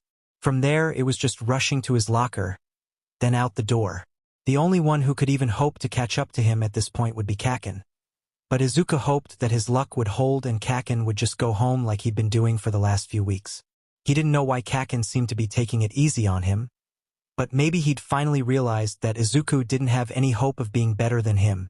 Maybe if Izuku kept his head down, then Kaken wouldn't see him as a threat and he'd keep leaving him alone. It was almost too much to hope for. Mom was at work when he got home, so he sent her a quick text saying that he was going to go watch hero fights as he got changed, then grabbed his slingshot and a few dozen marbles and walked out the door. He needed to get used to his new weapon, considering he'd never actually used a slingshot before, and it might just be his poor self-esteem talking. But somehow he didn't think that the middle of a fight was the best time to practice his aim. Hence why he was going to do some target practice. His first thought was to go to a park, but he didn't want to risk running into any of his classmates.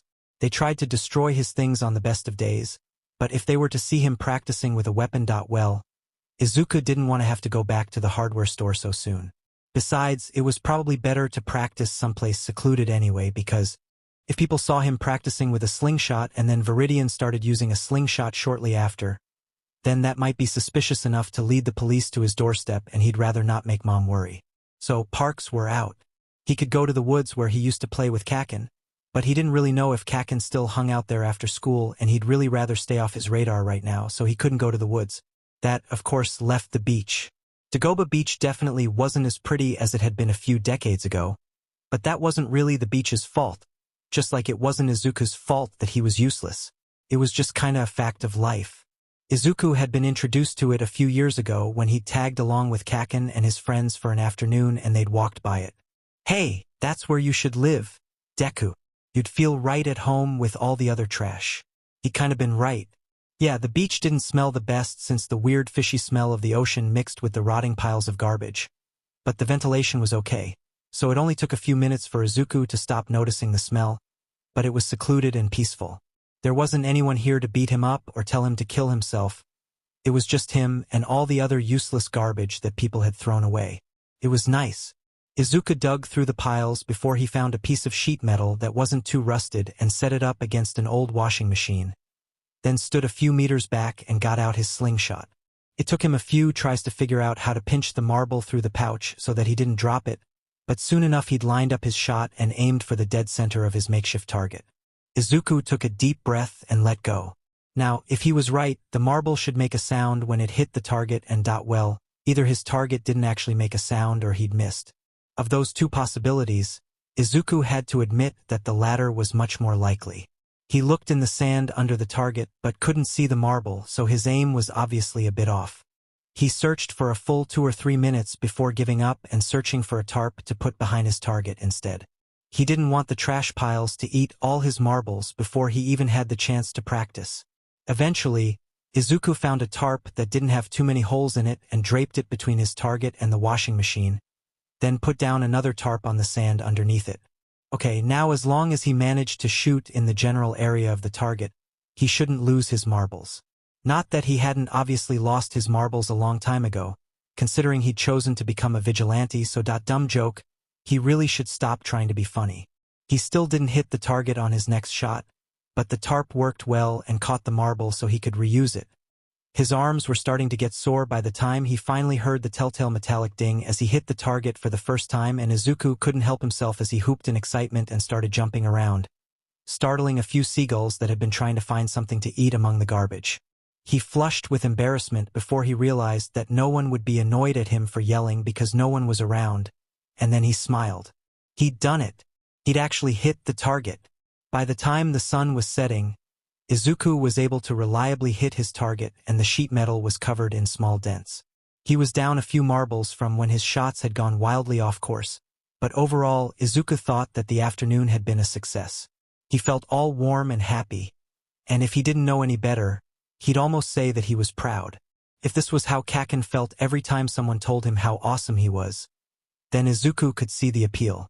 Katsuki didn't know how he was supposed to feel. He really shouldn't pity Deku.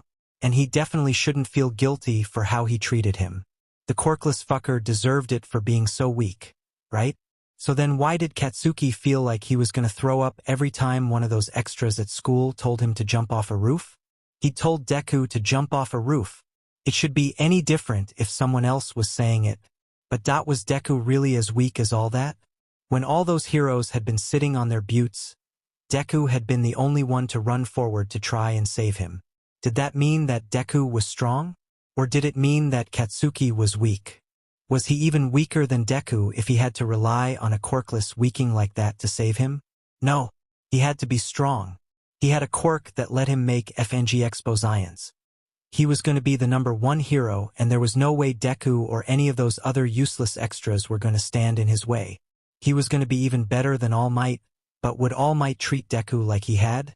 But all his teachers knew that he was going to be a hero, and they would have told him if he wasn't acting like a hero, right? They were always going on about how Katsuki had what it took, and heroes were better than everyone else, so he was better than Deku, right? So why did he feel so bad?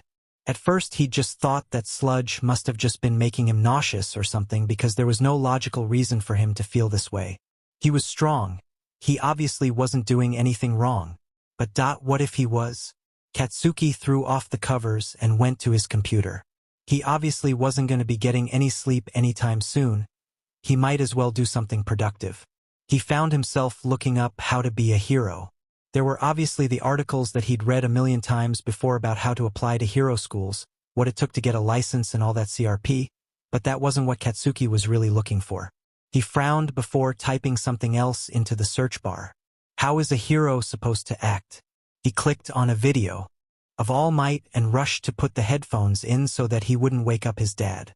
The hag slept like a rock, so he wasn't worried about her. The interview was a few years old, and All Might grinned as he sat across from the host, the couch sagging under the weight of his massive muscles. The host looked like a baby in comparison, but it was always possible they were smaller than normal because of their quirk. So All Might, I know that a lot of kids dream of being a hero like you, the host began. As well they should. All Might laughed. It's a difficult career, and it's definitely not for everyone. But if you have what it takes, it is extremely rewarding. Exactly. And we all know how physically grueling heroism can be. But what about emotionally? All Might, what do you think it takes to be a hero at heart, even for those that will never get a license? That's a good question. All Might paused for a moment as if he was thinking. I think a hero is someone who gives others hope. They lift others up at every opportunity and encourage them to be better. The people we heroes defend will almost always be weaker than we are. If this wasn't the case, then everyone would defend themselves and heroes wouldn't be the essential career they are today. but it is our responsibility to make sure they find their inner strength and become the best people they can be. What about heroes like Endeavor, who have been known to look down on their fans? I can't speak for every hero, of course, but I personally wouldn't have gotten to the #1 spot if I spent my time and energy insulting my fans. Katsuki froze as All Might turned to look at the camera, and it felt like he was staring right into his soul. A hero isn't someone who insults others. A hero is kind and comforts people in the midst of disasters. My mentor once taught me that if a person is in need of saving, that means they are going through the worst day of their lives. If you insult them rather than saving them with a smile, are you really, truly saving them? Or are you making the worst day of their lives even worse? That's why I believe a hero should always strive to be kind, make others happy, and give them hope. That is what truly makes a hero. The interviewer laughed and moved on to the next question as the studio audience applauded the nation's symbol of peace, and Katsuki was left to stare at his reflection in the screen as it went dark as the next video in the playlist loaded. CRP. Shoyuta had never really understood the appeal of bars. He supposed that Yamada or Shirakumo probably would have dragged him along when they got old enough if they had actually started their own agency like they'd always planned. But Shoyuta just thought it was irrational to dull his senses with alcohol and loud music when there was work that needed to be done. Which was what brought him here, overlooking the bar district while partiers enjoyed the nightlife. Amplifier had only been out sick for a day or two, but since the last trigger incident had been in her territory, Shoyuta had asked for her permission to stick around and look for any leads. He'd been hanging around for almost 2 weeks, and, while he'd managed to find a few small dealers, there hadn't been another major incident. Shoyuta heard Amplifier's voice echoing from a few streets over, and he sighed and started running in that direction. It was probably nothing she couldn't handle, but he may as well lend a hand as long as he didn't have any of his own leads to chase. As he got closer to the fight, however, he almost stopped in shock. He wasn't the only one who had shown up to the fight. Crouching on the rooftop, eyes glued to the fight below, was Viridian. The kid had a small notebook out, and Shoyuta wondered how he could even see what he was writing in the sparse light. Couldn't be good for his eyes. He could see the kid's lips moving as well, so he was probably muttering something, but the words were drowned out by the sound of Amplifier's quirk. The kid had also gotten some more gear, apparently, which alleviated some of Shuta's worries that Viridian wouldn't be able to defend himself. He had added a belt to his costume, which held his tin can and a couple sticks. Hopefully they were more durable than the ones he'd tried to use last time Shoyuta had run into him. There was also a slingshot hanging from one of the loops, and Shoyuta nodded in satisfaction. At least the kid had enough sense to cover his long-range defenses. He decided he'd watched long enough. He should get Viridian to give him an overview of the situation, since he'd most likely been the one to lead Amplifier to the fight in the first place. Does she need any help? Viridian yelped and clutched his notebook to his chest as he turned around with panic in his eyes. Shoyuta snorted. Seriously, kid? I would think a vigilante would have more situational awareness. How do you manage to sniff out crimes as well as you do if you couldn't even tell I was behind you? WL Eraserhead, sir, you are one of the most stealth-based heroes out there, and Amplifier's quirk is based on volume, so you probably used her quirk to cover your own approach, unless that's not what you were trying to do.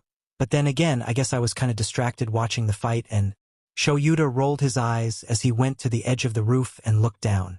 Amplifier had stopped yelling and seemed to be comforting the victim as a group of thugs struggled weakly on the ground. You lead her to this one? Viridian nodded frantically. The guys were drunk, and I didn't want them to hurt that girl because she was alone, and I really didn't like the way they were looking at her, and Shoyuta cut off the kid's rambling. Good work, kid.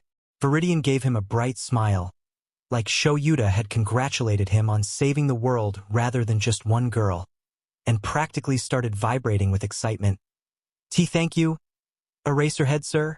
Like I said before, kid, it's just Eraser. Oh. Viridian's face fell, and Shoyuta hoped he was imagining the glimmer of tears behind his goggles. I am sorry, Eraser. It's not a big deal, kid. Seriously, he hadn't been expecting Viridian to be so emotional. What was up with the kid? He hadn't actually done anything wrong. Well, he hadn't if Shoyuta ignored the whole vigilante thing, but there was nothing actually wrong with calling him by his full hero name. So why had a simple correction been enough to move the kid to tears? Maybe he should change the subject. So, what were you writing? Viridian quickly hid the notebook in one of the pouches on his belt. Oh, nothing? Shoyuta shot him an unimpressed look. Really, kid? If you're going to lie, at least come up with a better excuse. Let me see. It's really nothing. Shoyuta raised one eyebrow. It's just .my notes are silly and kinda embarrassing. Viridian finally muttered. It's just some thoughts on the fight so I can figure out what Amplifier was doing and maybe do something similar in the future. I mean, it's nothing special. I know it's kinda creepy. Shoyuta raised an eyebrow at him. You're learning by example. That's smart. I wish my students had half that drive. Viridian's head snapped up, and he looked at Shoyuta with wide eyes. You're a teacher? Shoyuta snorted. Yeah, I expel brats at UA. Maybe if you actually stay off the streets, you could actually be in my class in a few years. Viridian looked at the ground and started fidgeting with the sleeves of his hoodie. Do you teach the hero course students? Yes. Shoyuta looked at Viridian curiously. I teach the first years. Then I won't be in your class. Viridian shook his head. I can't be a hero. Why? Bye, Eraser. See you later.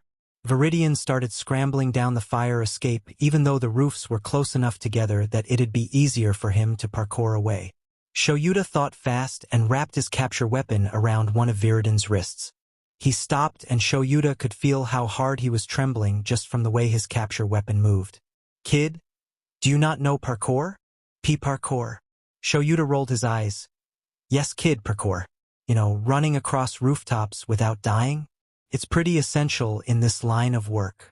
Viridian had started fidgeting with his sleeves again as soon as Shoyuta released the tension on his weapon. I don't know? I mean, I guess I've considered it, but I've never really learned, so now. Shoyuta sighed. Follow me. He made his way down the fire escape, waving to Amplifier as they passed her, and was pleased when he saw that Viridian had actually started following him. He really should be working on finding leads, but it didn't look like anyone else was going to put in the work to make sure this kid didn't die. It didn't take them long to reach a skate park a few streets over. It was practically abandoned at this time of night except for a few homeless people and drag dealers, but as long as they left each other alone, Shoyuta wasn't going to worry about them. He turned around, forcing Viridian to stop quickly to avoid running into him. Alright, first things first, you have to learn how to fall. I thought the point of parkour was to not fall. Shoyuta gave him a deadpan glare. No, the point is to not get hurt when you fall. You're always going to fall, especially early on, and that's why you have to start small. He gestured to the park. Places like this are a good place to practice early on because you don't have that far to fall. Tonight, though, I'm just going to teach you how to roll. You're going to teach me? Shoyuta rolled his eyes. Yes, kid. I'm going to teach you. Why else would I have led you here? Viridian shrugged. Catch me? Shoyuta sighed again. Not tonight, kid. Little known fact is that we heroes, especially underground heroes like me, often prefer to work with vigilantes than against them. If you get overly violent or turn to villainy, that'll change pretty quickly, but for right now, we're good. Just don't tell the cops. They're a little more uptight about the whole thing. Alright, now like I said, you're always going to fall. Rolling is a good way to make sure that your momentum gets dissipated gradually so that it doesn't hurt your body. You don't get hurt by moving fast. You get hurt when you suddenly stop moving. That made Viridian chuckle, which Shoyuta decided to count as a win considering he'd made the kid cry earlier. We're not going to start from on top of a wall, you're not ready for that right now, but just watch me. Viridian cried out as Shoyuta dove toward the ground, tucking his arm under him so that he rolled over his shoulder and landed back on his feet. That's a basic roll. Now let's go slow and I'll talk you through it. Shoyuta spent the next hour coaching the kid on some of the basic movements of parkour and giving him some exercises that would give him a decent foundation. The kid was obviously unused to the movement, but he was a pretty fast learner, all things considered. Occasionally, Viridian would stop to adjust the tools on his belt so that the weight didn't get in his way, or he would take out his notebook and write something down before putting it away again. Shoyuta couldn't help but be a little curious about it. Even though the kid had told him it was nothing. You should take notes on villains too. Shoyuta said as Viridian reached for his notebook yet again after Shoyuta had taught him a new movement. Taking notes on heroes is good, so you can learn what they do, but knowing what villains do is arguably more important. Viridian finished writing what he was going to and put the notebook back in his belt. But you don't fight repeat villains all the time, and everyone has unique quirks. Why does it matter how a particular villain fights? Think about it, kid. Shoyuta sat down on one of the low walls and gestured for Viridian to sit next to him. Yeah, you might not ever come across that exact quirk again. But take present mic and amplifier. Their quirks might not be identical, but they're similar enough that what works against one might work against another, Viridian said slowly. So the more I understand different villains' quirks, the more strategies I'll be prepared to fight with. Shoyuta nodded. At least the problem child was quick on his feet. Not that Shoyuta didn't already know that, considering that he'd won his first fight with literal garbage. You'll also get better at looking for weaknesses. Right now, because you're trying to emulate heroes, you're automatically looking for people's strengths, when what you really need to be focusing on is their weaknesses. Viridian had pulled his notebook back out and was apparently taking notes on everything Shoyuta said. Now he really wished the kid was one of his students. Shoyuta glanced at his watch and stood. You'd probably better get to bed. Kid, don't you have school tomorrow? Whatever eagerness Viridian had been showing only moments before disappeared as the kid seemed to shrink in on himself, almost like he was trying to make himself a smaller target. Why? Good night, Eraser. Thank you for your help. Sorry for bothering you. He almost stopped the kid from running off again, but by the time he realized Viridian was going to run, he was already around the corner. Diamen, he knew the kid was fast, but seriously? He sighed and made his way back to the rooftops. He'd wasted some time, but he couldn't bring himself to regret it. After all, an extra set of boots on the ground couldn't hurt, right? How did Shoyuta get himself into these situations? There had been a trigger-enhanced next-level villain attack earlier that day, so he was doing the rounds, shaking down any trigger dealers he knew to try to get some leads while the police tried to figure out the poor guy's identity. The first few had been just what he expected, but this last one had shot up as soon as Aizawa started asking questions, and now he was trying to figure out how to lead this guy away from populated areas. And he was a mutant type, so there was that. The dealer had a crab-type heteromorphic quirk, which hadn't been a big deal when his skin was just a bit more durable and there was an extra pair of arms. But now his skin had hardened into an armored shell and his hands and turned into razor-sharp claws, and Shoyuta couldn't erase it. So far, he'd just been dodging all of the villain's attacks and waiting for the trigger to wear off. This batch must have been more potent than most, however, because they'd been doing this dance for 10 minutes now and the guy wasn't even out of breath.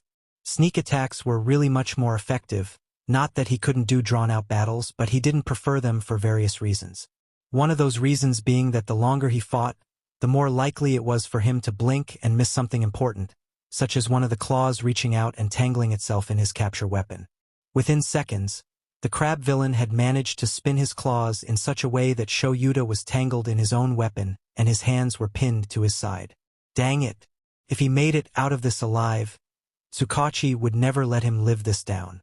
The villain was grinning down at him as he gradually tightened the weapon until Shoyuta couldn't breathe, then tightened it some more. Suddenly, Shoyuta felt something was by the top of his head and hit the villain right between his eyes, making him stagger back and loosen his hold on the capture weapon. Shoyuta gasped for air and tried to yank his capture weapon back, but the villain had already recovered. Swearing, he reached for his knife to cut the weapon right as his opponent moved to tighten the noose again. Suddenly, the villain cried out in pain and clutched his eyes. Shoyuta didn't waste any time cutting the weapon free of the villain's claws and stepping back to catch his breath. Now that he wasn't about to die, he glanced to the side to see who had helped him, only to see Viridian trembling beside him with his slingshot still at the ready. The kid's expression was frozen halfway between determined and terrified, a fact that Shoyuta probably would have laughed at in any other situation. "Get out of here, kid," Shoyuta yelled. "This guy's on trigger, he's out of your league." Izuku knew that he should listen to Eraserhead. This guy was a lot bigger than most of the small fry he'd managed to take down alone. Even Eraser was having trouble with him, but that was exactly why Izuku knew that he couldn't leave. If he left, even if it was to go get another hero, then there was a chance that Eraserhead would be dead by the time he came back and he wouldn't be able to live with himself if that happened. Besides, it's not like he was taking a huge risk fighting this guy. Eraserhead would be able to save so many more people than Izuku could if he survived this fight, and he was a hero that would still be able to fight his way out even if the villain killed Izuku. That was why Izuku didn't hesitate to run forward, ignoring Eraser's yells behind him as he sucked his slingshot out for his pipes. If only one of them could survive this fight, Izuku had to make sure it was Eraserhead and not a useless Deku like him. Izuku just hoped he could distract the villain long enough for Eraserhead to beat him. He'd been aiming for the villain's eyes to get him to let go of his victim earlier, but Izuku's aim wasn't very good yet and it had taken a few tries, which was why he'd decided to SWH to close range.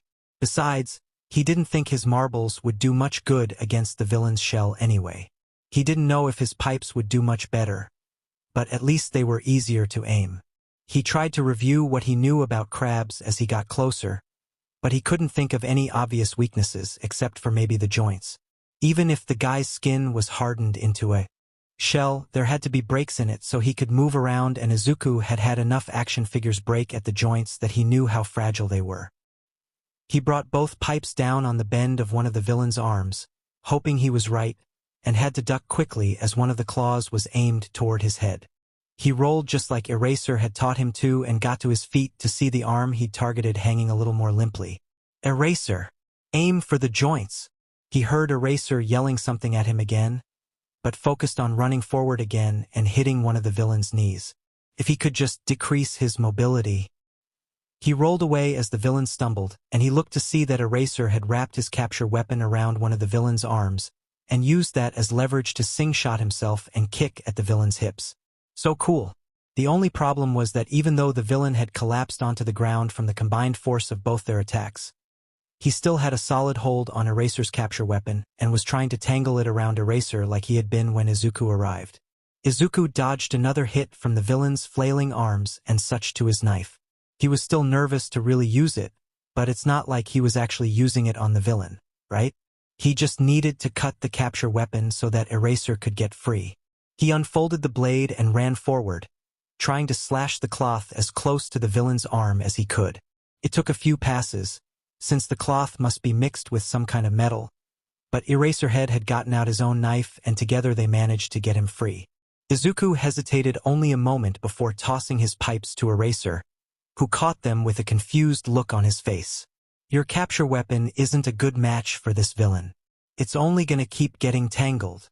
Izuku's eyes widened as he realized he'd just told a hero what to do. "Not that you have to use my pipes. I mean, you obviously know a lot better than I do and you've been doing this a lot longer and... Viridian, look out!" Izuku only caught a glimpse of the freaked-out look on Eraser's face before the blunt part of one of the villain's claws hit him in the stomach and threw him hard against one of the walls. Good thing he'd already given Eraser his pipes. Shoyuta froze as he watched Viridian, a literal child, get batted against the wall and pass out. Or hopefully pass out. The kid was slumped over and had gone limp, but Shoyuta didn't know what he'd do if the kid was... He turned back to the villain with rage in his eyes, clutching the pipes Viridian had given him like a lifeline as he practically growled, "Big mistake." He ducked and dodged every attack the villain threw at him and used the pipes to bludgeon the joints. He wasn't used to fighting with them, but he had to admit that they were much more effective than his capture weapon against this particular villain. Within minutes, the villain collapsed in a pile on the floor and started to shrink down as the trigger finally wore off. Shoyuta texted Tsukachi to come pick the villain up and ran to help Viridian. "Kid, can you hear me?" Viridian groaned. "Eraserhead? Are you okay? Did you win?" Shoyuta looked at the kid in shock. "Am I okay? Am I okay? You just got thrown against a wall. Problem child. You're lucky you didn't die." Viridian shrugged as he got to his feet. Shrugged. "Well, you beat the villain, didn't you? So it was worth it." Shoyuta opened and closed his mouth a few times as he tried to figure out how to respond to that. "No, kid. That was stupid and reckless. Don't do that again." Okay. He didn't like the fact that he could tell Viridian was lying. If the kid kept putting himself in dangerous situations like this, which it sounded like he was going to, then he was going to get himself killed. Shoyuta needed to make sure that didn't happen. And he needed to make sure the kid was actually okay after that blow. Come on, kid. I'm taking you to the hospital. The kid shook his head frantically, only to stop with a wince, which meant that the kid most likely had a headache and probably a concussion as well. All the more reason to get him medical attention. He grabbed onto the Viridian's arm, careful not to hold on too tight in case the kid was bruised there. No offense, problem child, but I'm not giving you a choice. You need a doctor. Viridian frowned, but stopped fighting and let Shoyuta start leading him down the street toward the nearest hospital. Shoyuta sighed with relief and tore his eyes away from the kid so he could see where they were going, which was why he missed the way the kid's arm wound up for a punch. The hit was sloppy, but Viridian actually managed to punch him right on the nose with a surprising amount of strength. Instinctively, his hands went to his face as his eyes watered, and by the time he'd recovered enough to see again, Viridian had already disappeared. DMN problem child, Shoyuta muttered as he made his way back to the downed villain. What am I gonna do? Izuku had to pause in the middle of putting on his school uniform as the weight of what he'd done last night came crashing down on him. He'd been too tired last night to really process what had happened, but now the panic was back with a vengeance. He'd punched Eraserhead. Eraser had to be so mad at him. He'd just been trying to get Izuku to a hospital, but then he'd panicked about what would happen if they figured out who he was, which meant that Mom would figure out what he'd been doing, and she would be so worried and scared, and he really didn't want to do that to her, so he had to get away. But if he wanted to get away, he had to make Eraser let go of him, and he really wasn't thinking that clearly, and the first stupid thought he'd had was to punch a hero in the nose. Whatever respect Eraser had for him was gone. Not that he could have gained that much considering that Izuku was a quirkless middle schooler who couldn't even aim his slingshot correctly. But that didn't matter because it was gone now and he was never going to get it back. Good work, Deku, his inner Kaken said. You managed to F things up even worse than you usually do. He didn't want to have to face Eraserhead again. Maybe he would die before he had to see him. That would be good. Maybe he would go out tonight and there would be some villain attack, maybe even another trigger villain, and Izuku would just step in instead of getting a hero, and then it'd all be over quickly and he wouldn't have to deal with Eraser's anger or Amplifier's disappointment or Mom's worry or Kaken's. Izuku shook his head forcefully. He wasn't supposed to be thinking things like that. Besides, with his luck that probably wouldn't work anyway. Even if everything went well and he died, the fact that he didn't go get a hero for such a big villain would be suspicious. And then what would happen if they realized he'd wanted to dot, and then they'd look into Kaken and he wouldn't be able to go to UA and it would all be Izuku's fault. Izuku shook his head again and winced as he realized he had a headache he'd been ignoring. His ribs hurt more than his head did, though. He knew he probably had a little concussion, but it was nothing compared to that time Kachen had pushed him off the slide on accident and he'd hit his head, so Izuku wasn't that worried. He shrugged off his shirt so he could put some cream on his ribs, tensing as the cold cream hit his skin. After that, he finished getting dressed and grabbed his backpack. He didn't want to be late for school. Katsuki tuned out the extras that surrounded him as he ate his lunch. The old hag had packed the extra spicy curry today, so he knew it was going to be good. Look guys, it's Deku.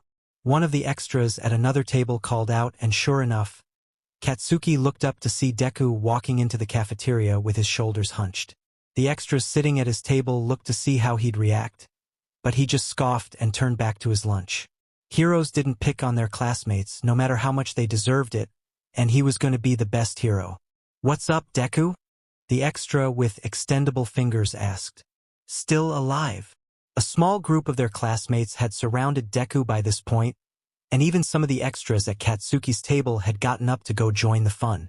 The extras were grinning and laughing like Fingers had just made the funniest joke on earth, but Deku himself was just staring silently at the ground. Why so quiet? Another extra, this one with boulders for hair, asked. Finally realized that no one cares what you have to say? Well, that might be true, but it probably wasn't very nice to say. Katsuki knew he was acting like a bit of a hypocrite. It wasn't like anything they were saying to Deku was new. Katsuki himself had always prided himself on being especially creative with his insults. After all, so in comparison, these extras' insults were boring and almost as plain as Deku's face. So it wasn't like the extras were saying anything that Deku hadn't heard before, or anything they hadn't heard Katsuki himself say. But Katsuki wanted to be like All Might, which meant that he wasn't going to waste his time insulting people anymore. His classmates didn't have any hope of being heroes, though, so it was okay for them to insult Deku, right? Or was that wrong too? What would All Might do if he was here? Boulders had taken that moment to punch Deku in the ribs, making him gasp in pain. Either Boulders had gotten stronger or Deku had already had sore ribs. Had some of the other extras given him a beating when Katsuki wasn't looking? Thinking back, Deku had been walking kind of funny all day, like he was sore or something, and goodness knows that the nerd wasn't athletic enough to be sore from exercise. Hey! Save some of that air for those who deserve it, nerd. Katsuki looked to some of the teachers who were eating at a small table in the corner. They had to know what was happening. It wasn't like those extras were being quiet. So why weren't they doing anything? Why hadn't they ever done anything? Wasn't it their job to keep kids from getting hurt or something? What would All Might do if he were one of them? He'd probably tell those kids off for being unheroic. But the teachers weren't doing that. Katsuki watched them as the extras kept insulting Deku, and one of them even glanced over and chuckled before turning back to his lunch. Well, it was normal, but it didn't seem right. Why wasn't anyone doing anything? Why wasn't he doing anything? The thought made Katsuki stop.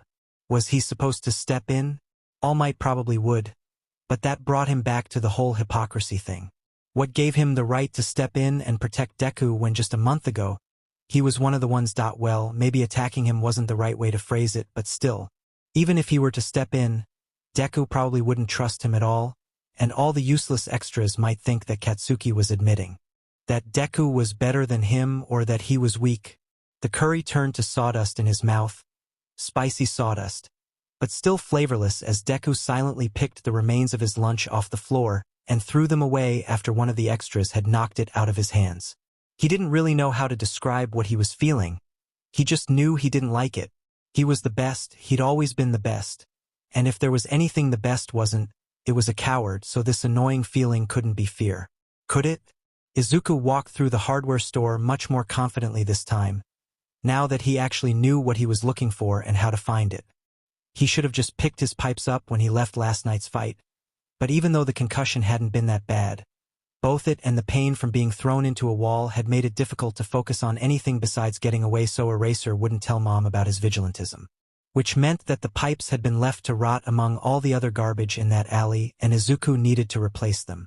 He couldn't bring himself to regret giving them to Eraser, though. If he'd kept using his capture weapon, there was a good chance he would have gotten hurt, so the pipes were obviously the better option. Not that Eraser's capture weapon was bad. It was actually really cool and worked against a lot of villains so that he didn't hurt them any more than he had to, and oh right, Izuku was here to get pipes. He should probably buy a few backups to keep in his closet too, just in case he ever lost them again. Yeah, that'd be a good idea. And zip ties. It wasn't a big problem when he helped heroes, but Izuku had been having problems restraining the small-time villains he was able to take down on his own. Most of the time he was able to find some kind of rope or cloth to tie them up with, but it would be nice to not have to worry about that anymore. Izuku was extremely proud of himself when he managed to get to the checkout stand with only the items on his list, unlike last time when he'd ended up with a lot of other stuff too. To his surprise, his cashier was the kid with the electricity quirk he'd talked to last time. What was his name again? Oh right, Kaminari. Hey dude. Kaminari smiled as Izuku put his basket down on the counter. Nice to see you back here. Thanks. Izuku said. How is your electricity training coming? Were any of the electricians willing to teach you? Kaminari nodded eagerly. One of them actually offered to make a temporary apprentice. I'm learning all about the basics and how circuits work and stuff. I didn't even realize that my quirk might not be effective against a flying villain. Isn't that insane? Izuku nodded. That was one of the main limitations of electric heroes. They couldn't actually electrocute something that wasn't grounded. But the way that he talked about villains specifically, are you going to be a hero? Kaminari shrugged and smiled. That's the hope. My quirk is flashy enough for it, so it's just a question of if I'm actually smart enough to get in. Cash or card? Izuku smiled encouragingly as he handed over a handful of cash. You can do it! Kaminari put the pipes and zip ties in a plastic bag. Thanks, dude. I'm sure gonna try. Hey, what are you making anyway? You were buying pipes last time. Izuku didn't know how to respond to that, so he just shrugged. Kaminari laughed. All right, keep your secrets, dude. Good luck with whatever it is, though. Izuku nodded. And good luck with your apprenticeship. See you later. Izuku had never really been lucky. In fact, he'd been mostly the opposite, but he was grateful for Kaminari's words anyway. He'd run into Eraserhead eventually, and then he'd need all the luck he could get. Izuku hesitated before grabbing a marble out of the pouch on his belt. Why couldn't Amplifier be closer? Or even Rocklock? He could have dealt with that. But why did it have to be Eraserhead? Izuku instinctively looked back even though the mugging he'd come across was a few streets away. Maybe he'd be able to handle it on his own. He could just go back. But there were 5 big guys and the victim didn't look like he'd be able to run away fast enough if Izuku were to die, which was likely considering he was still injured from his fight last night. Izuku groaned in frustration, then threw the marble, which bounced off Eraserhead's back. Izuku's jaw dropped at his reflexes as Eraser whipped around and immediately grabbed the marble out of the air before it could hit the ground. He looked at it for a second in confusion before looking around.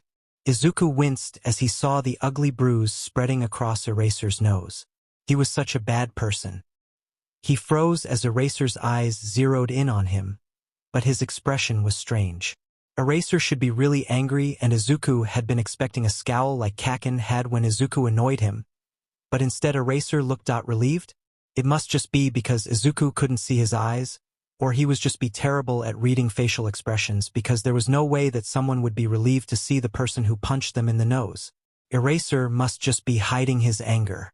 Izuku smiled apologetically and started running. This was so embarrassing. Eraser probably wanted nothing to do with him, and yet here he was asking for help from someone who he'd hurt. He didn't deserve Eraser's help. He'd just have to stick around and help with the fight so Eraser didn't have to work as hard. He couldn't just punch him in the face, then expect him to do all the work. When they reached the mugging, Izuku ran right in, Eraserhead close behind him. The thugs were big, and at least 2 of them seemed to have minor strength enhancement quirks, so Izuku should try to handle the others first. He rushed toward a skinny guy who was manifesting short blades from his skin. He would probably get cut a few times, but it was better he got hurt than Eraserhead. He probably deserved some extra pain after what he'd done. Suddenly, the blades disappeared and Izuku glanced behind him to see Eraser glaring at his villain. Viridian, you have a slingshot for a reason. Don't just run in recklessly. Izuku's eyes widened. He was right, he'd bought his slingshot so he didn't have to get close to villains if he didn't have to. And Eraserhead had had to cancel the knife villain's quirk to remind him of that, which meant that he wasn't able to worry about the others, which meant that Izuku had messed everything up again. Nice going, Deku. He quickly got out of the knife quirk user's range and jumped on top of the dumpster so he had a good view of the fight, then got out his slingshot and a handful of marbles. He started pelting all 5 thugs with as many marbles as he could without hitting Eraserhead. Mostly he just distracted the villains long enough for Eraserhead to get a hit in, which honestly worked pretty well. It had only been a few minutes and Eraser had already managed to put 2 thugs out of commission. He was so cool. Eraserhead was focused on fighting the 2 strength quirk villains and Izuku was focused on creating an opening for Eraser. So neither of them noticed one of the thugs literally melt into the shadows and make his way to the dumpster Izuku was standing on. Izuku screamed and almost lost his balance when a creepy smile suddenly popped into existence in front of him. But before he could fall, the shadow villain grabbed his arm and flipped Izuku over his shoulder, slamming him hard onto the concrete. Izuku grit his teeth as he forced himself to roll to his feet like Eraser had taught him and grabbed his pipes. He lowered himself into a battle stance as he tried to keep his eye on the villain, but he simply melted into the shadows again, then popped up behind Izuku and kicked him in the back. This fight really wasn't good for his still bruised ribs. Izuku ran through what he knew about the guy's quirk. Okay, so he could blend in with shadows. Was he using it as a disguise to make himself invisible, or was he actually changing the shape of his body? Maybe he was using it to teleport? As the villain started to disappear again, Izuku ran forward and grabbed at the air. There, the villain was still there. He simply became invisible in darkness. Izuku grinned and closed his eyes. If he couldn't rely on his sense of sight, he'd just have to use his other senses. Kaken's explosions could get bright enough to temporarily blind someone, and he'd gone through a phase in elementary school where his favorite pastime was to blind Izuku during recess, then have his lackeys attack him while he couldn't see. Izuku had had to learn to dodge based only on sound and movement, and eventually he'd gotten good enough at it that Kakin decided the game was too boring and he'd stopped. Izuku just hoped he wasn't too out of practice. Izuku took a deep breath. He could hear Eraser fighting those other two villains a little farther away, but let that fade into the background. He only needed to worry about the sounds closest to him. There was a footstep off to his left and a slight breeze by his shoulder.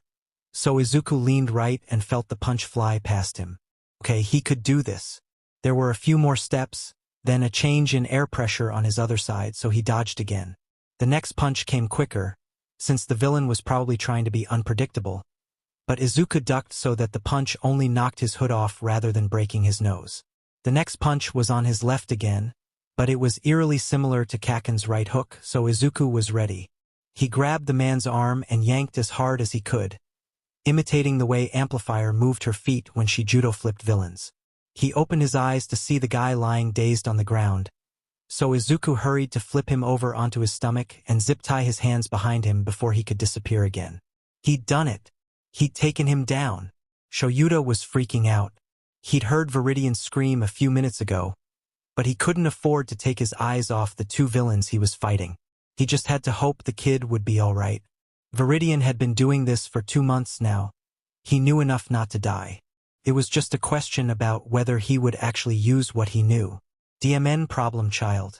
But for right now, Shoyuta had his own problems to worry about. These two couldn't do too much in the short time that it took to blink, but he still needed to end this quickly. He used his capture weapon to grab one and toss him into the other, but that one was sturdy enough that he just grunted, then threw another punch. Shoyuta jumped into the air to dodge, and flipped to land behind the guy without ever taking his eyes off him, a trick he'd perfected in high school. He managed to kick him in the kidneys, but by that time, the first one was back on his feet and swinging for Shuta's face too fast for him to dodge. Shoyuta flinched, but before the hit could land, the villain was hit on the side of the head with a soup can and went down. Shoyuta glanced back to see Viridian standing there with that same half-determined, half-terrified expression he'd had during their last fight together, having obviously just thrown the can. In the split second Shoyuta watched, Viridian grabbed his slingshot, which had somehow ended up on the ground, and drew it back. Duck! Shoyuta didn't hesitate to comply, and a second later, a marble shot over his head and he heard the final villain swear. He turned and shot his capture weapon out in one fluid movement, catching the still swearing villain by surprise. He wrapped the weapon around the man's ankle and launched him into the wall, then grabbed him by the hair and hit his head against the wall to knock him out. When that was done, Shoyuta looked around frantically to make sure Viridian was all right, only to find him already comforting the victim. Shoyuta looked around the alley and took stock of the situation. In addition to a zip-tied villain that Viridian must have taken down, the floor was littered with marbles and dot. Was that Viridian's notebook? Shoyuta glanced over at Viridian, who was now making sure the victim called the police. It must have fallen out of the problem child's pocket sometime during the fight. He picked the notebook up and, against his better judgment, started leafing through it. So he was curious, sue him. There were diagrams notating different fighting styles along with what heroes used them, and Shoyuta smiled fondly when he realized that the kid had been trying to imitate some of his moves as well. He kept reading and was pleased to find that the kid had started focusing on villain analysis recently. He didn't recognize most of the villains Viridian had written about, so he didn't bother to read carefully, but there was one entry about a villain Amplifier arrested a week or so ago that caught his eye. She'd been complaining about how hard it was because the guy's quirk let him see through solid objects, a skill he'd been using to peek inside women's restrooms in the bars he visited. He'd managed to hide from her for a good while because he'd just hide behind something so she couldn't see him, but he'd always been able to see her coming. Eventually, Viridian had apparently led her to him, but the whole chase had lasted several hours. Viridian's notes were mostly stream of consciousness, and his handwriting got messier the faster he wrote, so it took a few moments for Shoyuta to get used to the style and figure out what the notes said. But when he did, whoa. Guy seems to be an emitter type. Always runs away moments before Amplifier finds him. Like he already knows she's coming. Some type of premonition quirk? Probably not, those are super rare and highly regulated. If someone like that were a villain, the government would know and warn the public. That's what they've done before when it's happened. So other possibilities? Maybe he sees her coming? Some remote vision quirk? How did he get caught in a chase then? Limit? He doesn't seem to run until she's right around the corner, so X-ray vision? Then there must be objects he can't see through lead? Impractical. But if he's looking through objects, then he won't think to look up. Thinking back, Amplifier had said she was surprised because Viridian led her over the rooftops to find the peeping Tom. Had he done that specifically to counteract the man's quirk? He'd managed to figure out the villain's quirk and how to work around it just from watching what he did, without knowing anything about him beforehand. That was amazing. Shoyuta went back and started reading some of the other analyses more carefully. If he'd thought that the peeping Tom analysis was the exception to the rule, he'd been wrong. Every analysis showed similar depth and thought, and could easily rival a professional analysis skill, even if Viridian's weren't as polished. Shoyuta had been assuming that Viridian had a mild speed quirk, but from what he'd read so far, an analysis quirk was more likely, and a powerful one at that. This kid. Erase her head, sir? Shoyuta looked up to see Viridian staring at the notebook in his hands. Well, he may as well let the kid know what he thought since he'd already been caught. These analyses are pretty impressive, kid. To his surprise, rather than accepting the praise, Viridian shook his head. No, they're not. I just write things down so I don't forget them. It's not like I'm writing anything special. Shuta's eyebrows shot up. You don't think this is anything special? Kid, you figure out people's quirks and how to beat them within minutes. Viridian shook his head again. Anyone can do that. They're just smart enough that they don't have to write it down to remember it. I'm not smart like them. Shoyuta frowned. From what he'd read, the kid was probably a genius, so he must be joking when he said he wasn't smart. Unless but Viridian's self-esteem couldn't be that bad. Could it? Don't kid yourself, problem child. He held up the book. I wish my students were half this smart. Viridian fidgeted for a moment before suddenly snatching the notebook out of Shuta's hands and running off. Shoyuta groaned and considered chasing after him. But some of the villains were already starting to wake up and the police would be arriving any moment. DMN problem child. Izuku was already a few blocks away by the time he stopped to catch his breath. He'd have to be more careful with his notebook. That was so embarrassing. Eraser had to lie and call him smart just to be polite, even though he'd probably been creeped out by Izuku's stupid ramblings just like his classmates were. Because there was obviously no way he actually believed Izuku was smart, right? But Eraserhead also didn't really care about politeness and social norms, so he wouldn't lie just to be polite, but he also hadn't seemed as angry as Izuku expected considering that he had a bruise from when— Dang it! Izuku muttered. I forgot to apologize.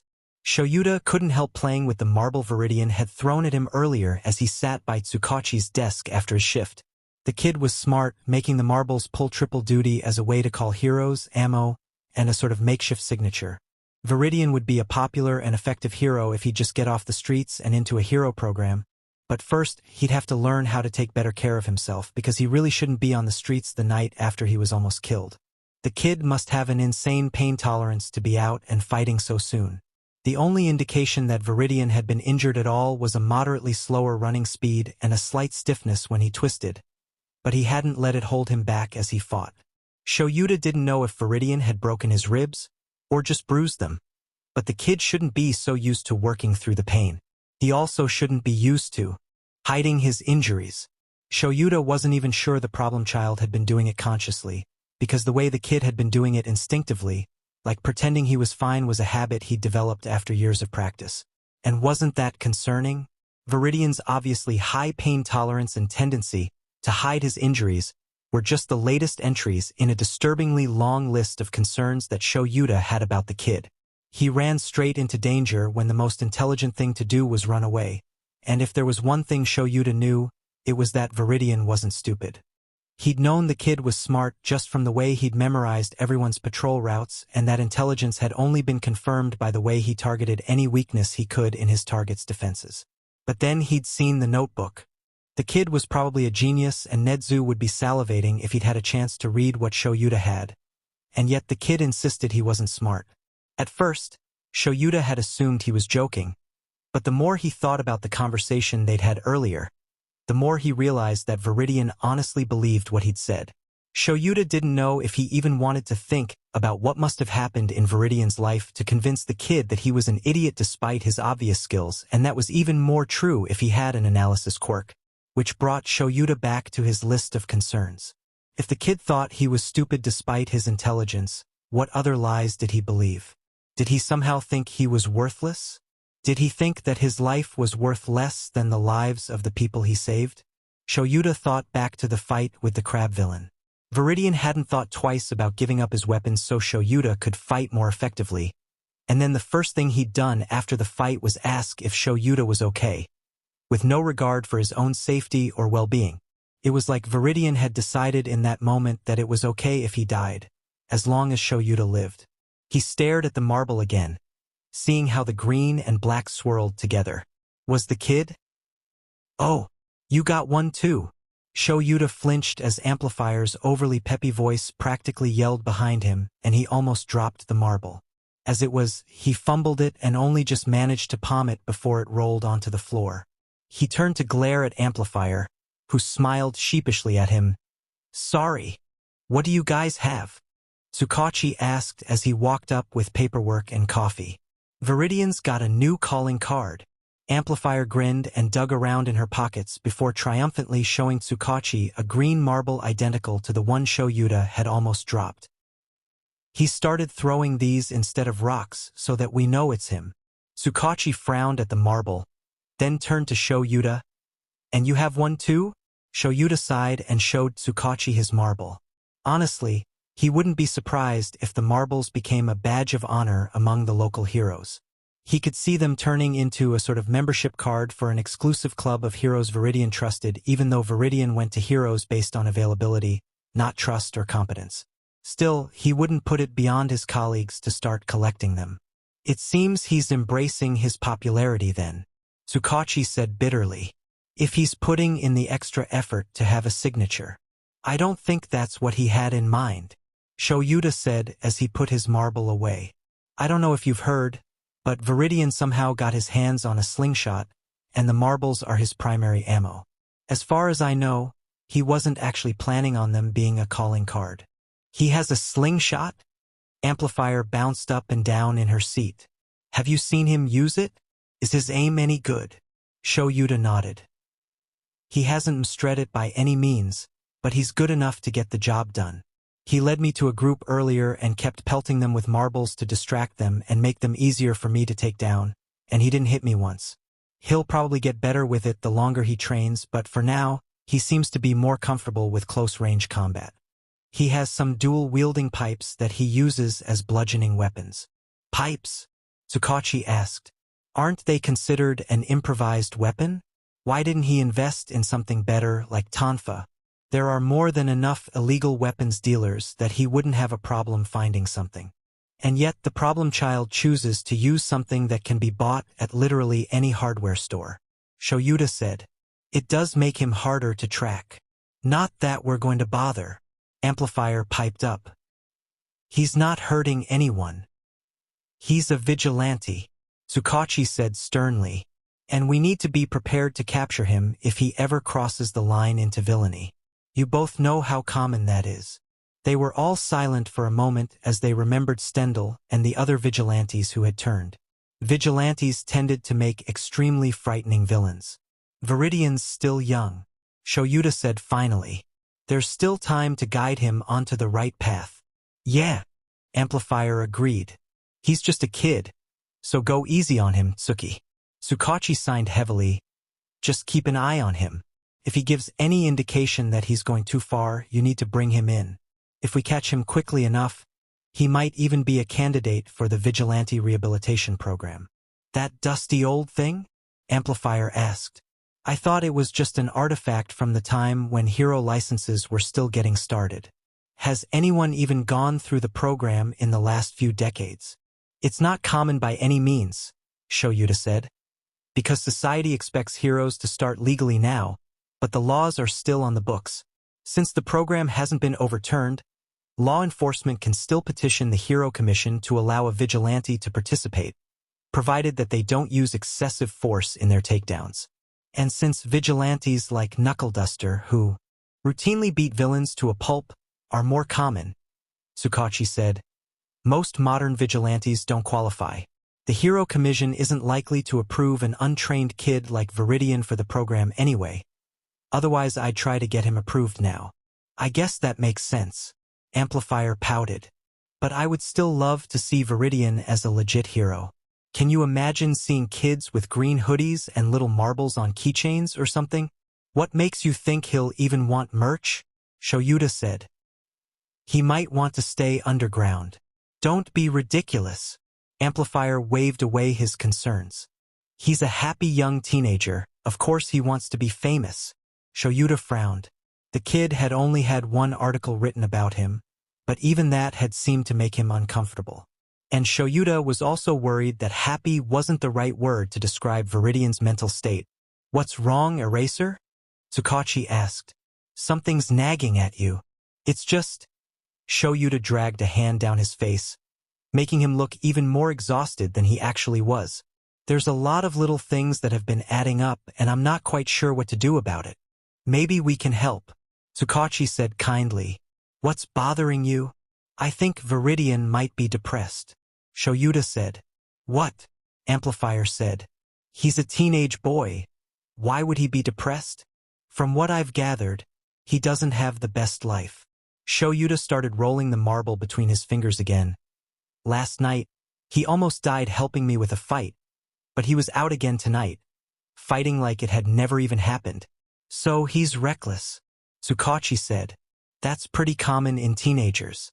It doesn't mean he's depressed. Yes, being reckless is normal in teenagers. I'm a teacher, so I know that better than most, but Viridian's recklessness goes beyond what I see in my students. Shoyuta said. It's almost like he believes that his life isn't worth anything, which isn't an attitude someone develops overnight. You think he might be being abused, Tsukachi said in realization. Shoyuta shook his head. Not at home. Viridian's never mentioned that, but when I mentioned school once, the kid completely shut down. Bullies, Tsukachi said. Shoyuta nodded. He acts like he's used to hiding injuries and pain, so it's possible he's been trying to hide the bullying from his family. That means he's been treating his injuries himself, doesn't it? Amplifier said. Remember that first time I actually talked to him? A store clerk got severe burns during a robbery, and when I went to go check on the victim, Viridian had already given first aid. When I asked him how he knew how to do that, he just said he'd had a lot of practice. I didn't think anything of it at the time, but do you think? Shoyuta sighed. Unfortunately, yes, he most likely had to practice on himself. I don't think the bullying is entirely physical, though. Psychologically, he trailed off. It was just a hunch, but he hoped he was wrong. He hoped that Viridian was emotionally resilient and had access to the correct resources to deal with the abuse he faced at home. He hoped that the problem child had become a vigilante because he thought they were cool or to annoy the heroes.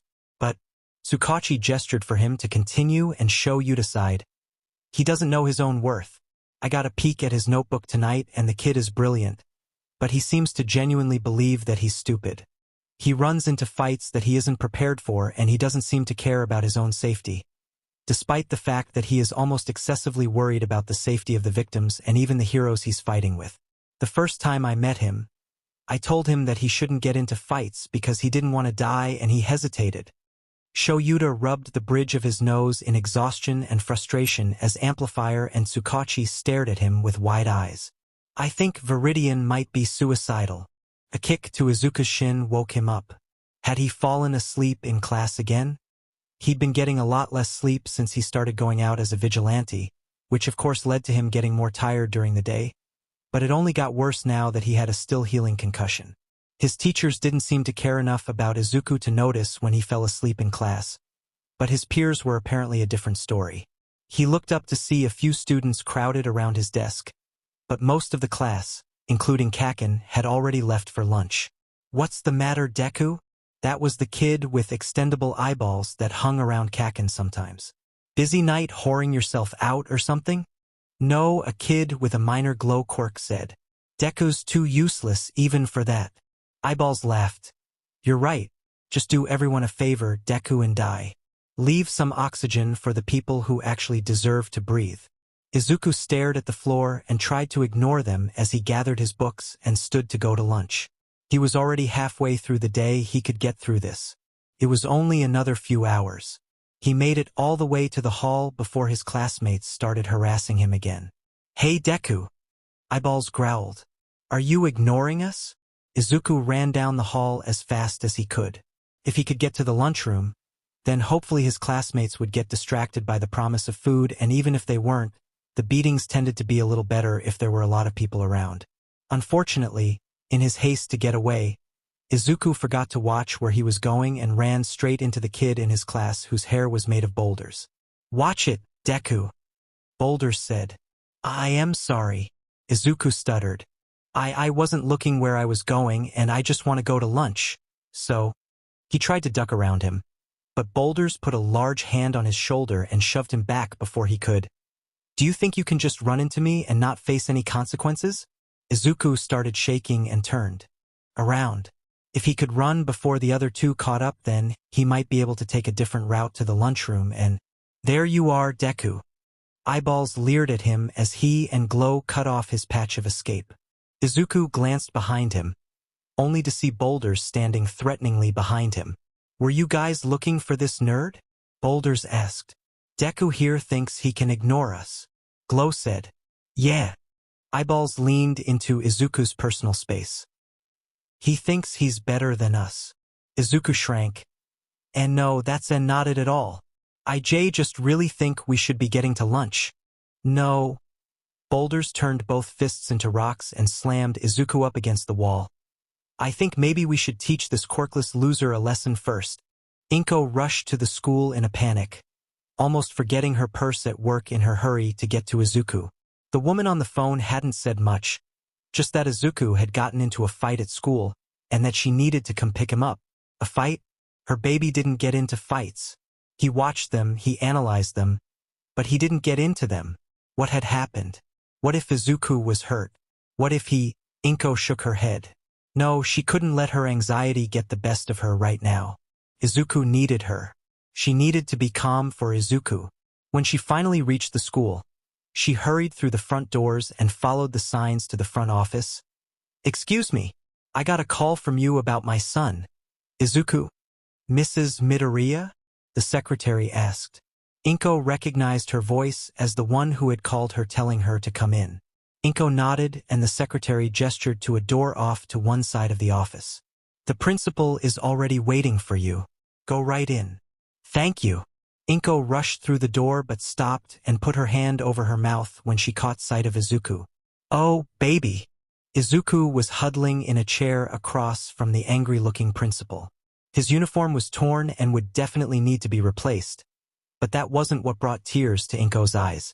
No, what brought tears to her eyes was the mottled collection of new bruises covering her son's face and neck. From the way the bruises dipped below his collar, Inko had no doubt that his arms and torso were in a similar state. What had happened? Mrs. Midoriya, you're here. Good. The principal gestured for her to take the chair beside Izuku. Now that you've finally arrived, we can discuss Izuku's punishment. Punishment? Inko looked between the principal and Izuku, who seemed to be trying to make himself small enough to disappear with no luck. You haven't even told me what this is about? As my secretary explained over the phone, Izuku instigated a fight. A fight? Inko looked at the principal incredulously. Look at the state of my son. That wasn't a fight. It was a beating. The principal's mouth tightened into a stern frown. He attacked a number of his classmates unprovoked and forced them to take defensive action. As I'm sure you are aware, Mrs. Midoriya, our school has a zero-tolerance policy toward fighting, and as such, I am suspending Izuku for 2 weeks. Suspension? Inko shook her head. What about the other students? Are they being suspended too for what they did to my son? The principal glared at Izuku, then at her. We are not in the habit of punishing victims for defending themselves, Mrs. Midoriya. Your son was the one who started the fight, so he's the one who will receive punishment. What? Inko couldn't help raising her voice. But my son didn't start that fight. I know Izuku, he wouldn't do that. Those other children. If you have a problem with the way I run my school, Mrs. Midoriya, the principal interrupted, then perhaps you should find a different one. Inko stared at him in disbelief. What? That will be all, Mrs. Midoriya. The principal turned back to the papers on his desk. Izuku will not be allowed back in school for the next 2 weeks. If he shows up on campus, you will have to come pick him up, and if it happens again, we will have no choice but to pursue legal action. Have a nice day. For the first time, Inko realized that the principal hadn't once tried to ask her son for his side of the story, or even allowed him to defend himself since she'd arrived. There was always the possibility that he'd given Izuku that chance before she'd gotten to the school. But with the way the conversation had gone, Inko didn't think that was very likely. She'd been called here so the principal could execute punishment, not to resolve the situation or figure out what really happened. Izuku didn't look up as they left and started walking toward the train station. What had been happening at that school? What had Izuku been going through? She knew that there had been a few problems with some kids being mean to him right after he was diagnosed quirkless, but he'd always told her so they could report the issue, and then he'd said they stopped. Unless it never actually stopped. Did it? Inko watched as Izuku froze, then seemed to physically force himself to keep watching. Her poor baby. He'd been going through all this alone for years. Why didn't he tell her? They were all each other had. He should have told her. She could have what? Gone to the principal.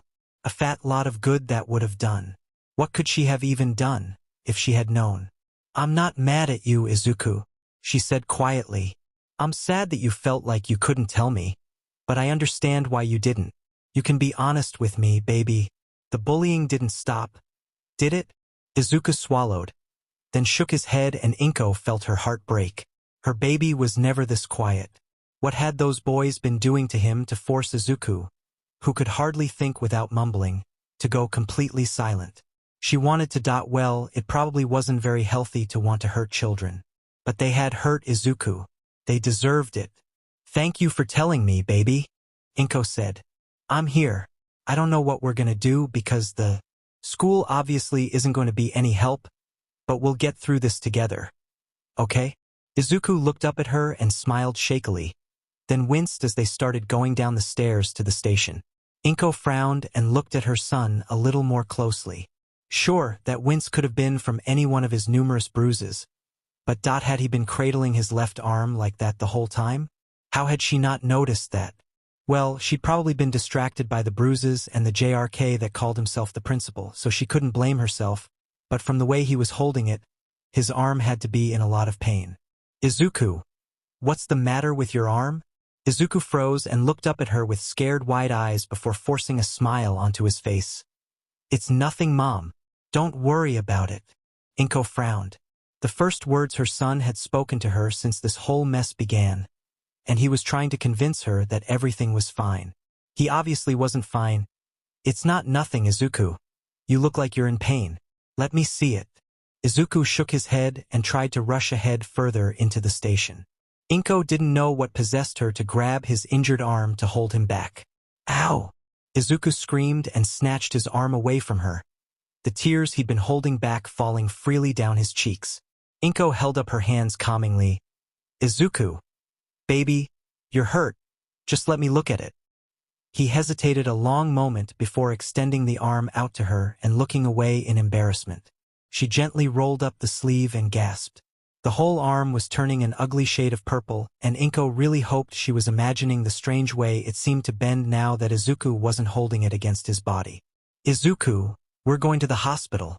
Izuku snatched his arm back again and rolled down the sleeve. Mom! I don't need. She shot him a look that shut him up. Izuku, from the looks of it, that arm might be broken. You need to go to the hospital. Izuku went silent again as they switched directions and got on the train that would take them to the hospital, rather than taking them home. Inko didn't like her son going silent like this, but it was preferable to him lying and insisting he was fine when he obviously wasn't. What were they going to do? Izuku let Mom lead him into the waiting room, and he sat down while she went to the desk to fill out the paperwork. When she was done, she came and sat beside him, but there wasn't anything she could say to make the situation better. so they just sat silently until Izuku's name was called. A nurse led them into an examination room and took Izuku's vitals. She took in Izuku's bruises, then looked at Inko suspiciously. "What happened?" "Nothing," Izuku said quickly. "I just fell. There was a fight at school." Inko interrupted. "He's been hiding the bullying from me, so it makes sense he'd hide it from you as well. But you don't have to do that anymore, Izuku." Izuku stared at the ground again, and the nurse nodded before she left to go get the doctor. "Izuku." Whatever she was going to say was cut off by the doctor opening the door. "Izuku Midoriya?" Izuku nodded, and the doctor sat down beside the examination table he was sitting on. "Can you tell me what's going on?" "I'm fine," Izuku said. "I can handle it, Mom's just worried." "Izuku." Inko was starting to get exasperated. Why wouldn't Izuku let them help him? "That's okay." The doctor smiled. "I'm sure you're a strong young man. But why don't you show me what your mom's worried about, to ease her nerves at the very least?" Izuku frowned for a moment before shrugging off his uniform jacket, then his shirt, struggling as he tried to undo the buttons one-handed. Inko almost helped him, but one look was enough to tell her that Izuku needed to do that much on his own. She struggled not to gasp in horror when she saw the collection of bruises that had been hiding beneath his clothes, some already in the healing stages, which meant that this was far from the only beating Izuku had received. The doctor, though, just took the injuries in stride and gently started prodding at his arm. "Does this hurt?" Izuku winced, but shook his head. The doctor sighed. "I'd feel more comfortable getting some x-rays." "Okay? Mrs. Midoriya, you stay here, and I'll walk Izuku over to radiology." "Okay?" Izuku thought everyone was overreacting. Sure, his arm hurt, but it wasn't broken. Probably. Honestly, Izuku hadn't thought through what would happen if it was and they hadn't gone to the hospital. But his arm didn't hurt enough to be broken. After the x-rays were taken, he was expecting the doctor to lead him back to the room where his mom was waiting, but the doctor led him to a different one instead. The doctor closed the door and turned to face Izuku. "Midoriya, I just want to let you know that you're safe here, and we will do everything in our power to help you." "Okay." Izuku nodded. He wasn't quite sure why the doctor was telling him this. Wasn't that what doctors were there for? "Good." The doctor sighed. "Now, is everything okay at home?" Izuku looked at the doctor in confusion. "Yes? Why wouldn't it be?" "Well, sometimes when kids come in with injuries like yours." Izuku's eyes widened. "You think Mom did this to me?" "No." He tried to instinctively wave his arms in front of him, but winced at the pain the action caused. "No, Mom would never hurt me." "Are you sure?" the doctor asked softly. "You don't have to protect her." "No, I just—" Izuku started crying again. "I love my mom. I didn't tell her about the bullying because I didn't want her to worry, and there's nothing she could have done anyways, and I didn't want to get anyone in trouble. But then it got worse and I still didn't tell her, and then today happened, and then the principal called, and I didn't want to come here, and now she's going to get in trouble, and it's all my fault, and—" "Breath, Midoriya." The doctor sounded slightly panicked. "Your mom isn't going to get in trouble. We just needed to make sure that there wasn't any abuse happening, and for that, we needed to ask without her in the room. I didn't mean to scare you. I'm sorry." Izuku nodded shakily. "Okay. That makes sense. Sorry." The doctor smiled. "It's not your fault. I'm glad your mom's taking care of you. Just let her know in the future. Make her job a little easier. Okay?" "Okay." He felt a little bad for lying to the doctor, but things would be so much better if Mom just thought this was an isolated incident. She wouldn't have to worry so much. The doctor walked him back to the room where Mom was waiting and opened the file the radiologist gave him. "All right. It looks like you have a break in your left arm, but your ribs are fine, so that's the good news. I just need to set the bone and put a cast on it and you'll be good to go." "What color do you want?" Izuku shrugged. A few months ago, he probably would have gone with All Might colors, but now, green's fine. He decided finally. It didn't need to match his vigilante gear, but green was his vigilante color, so it made him feel useful. Not like a Deku who got his arm broken at school and got his mother accused of child abuse. He was so stupid. The cast took longer to put on than Izuku had thought it would.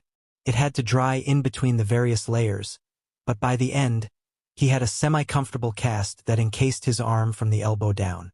Now if only he actually had friends to sign it. All right, Midoriyas, you're almost good to go.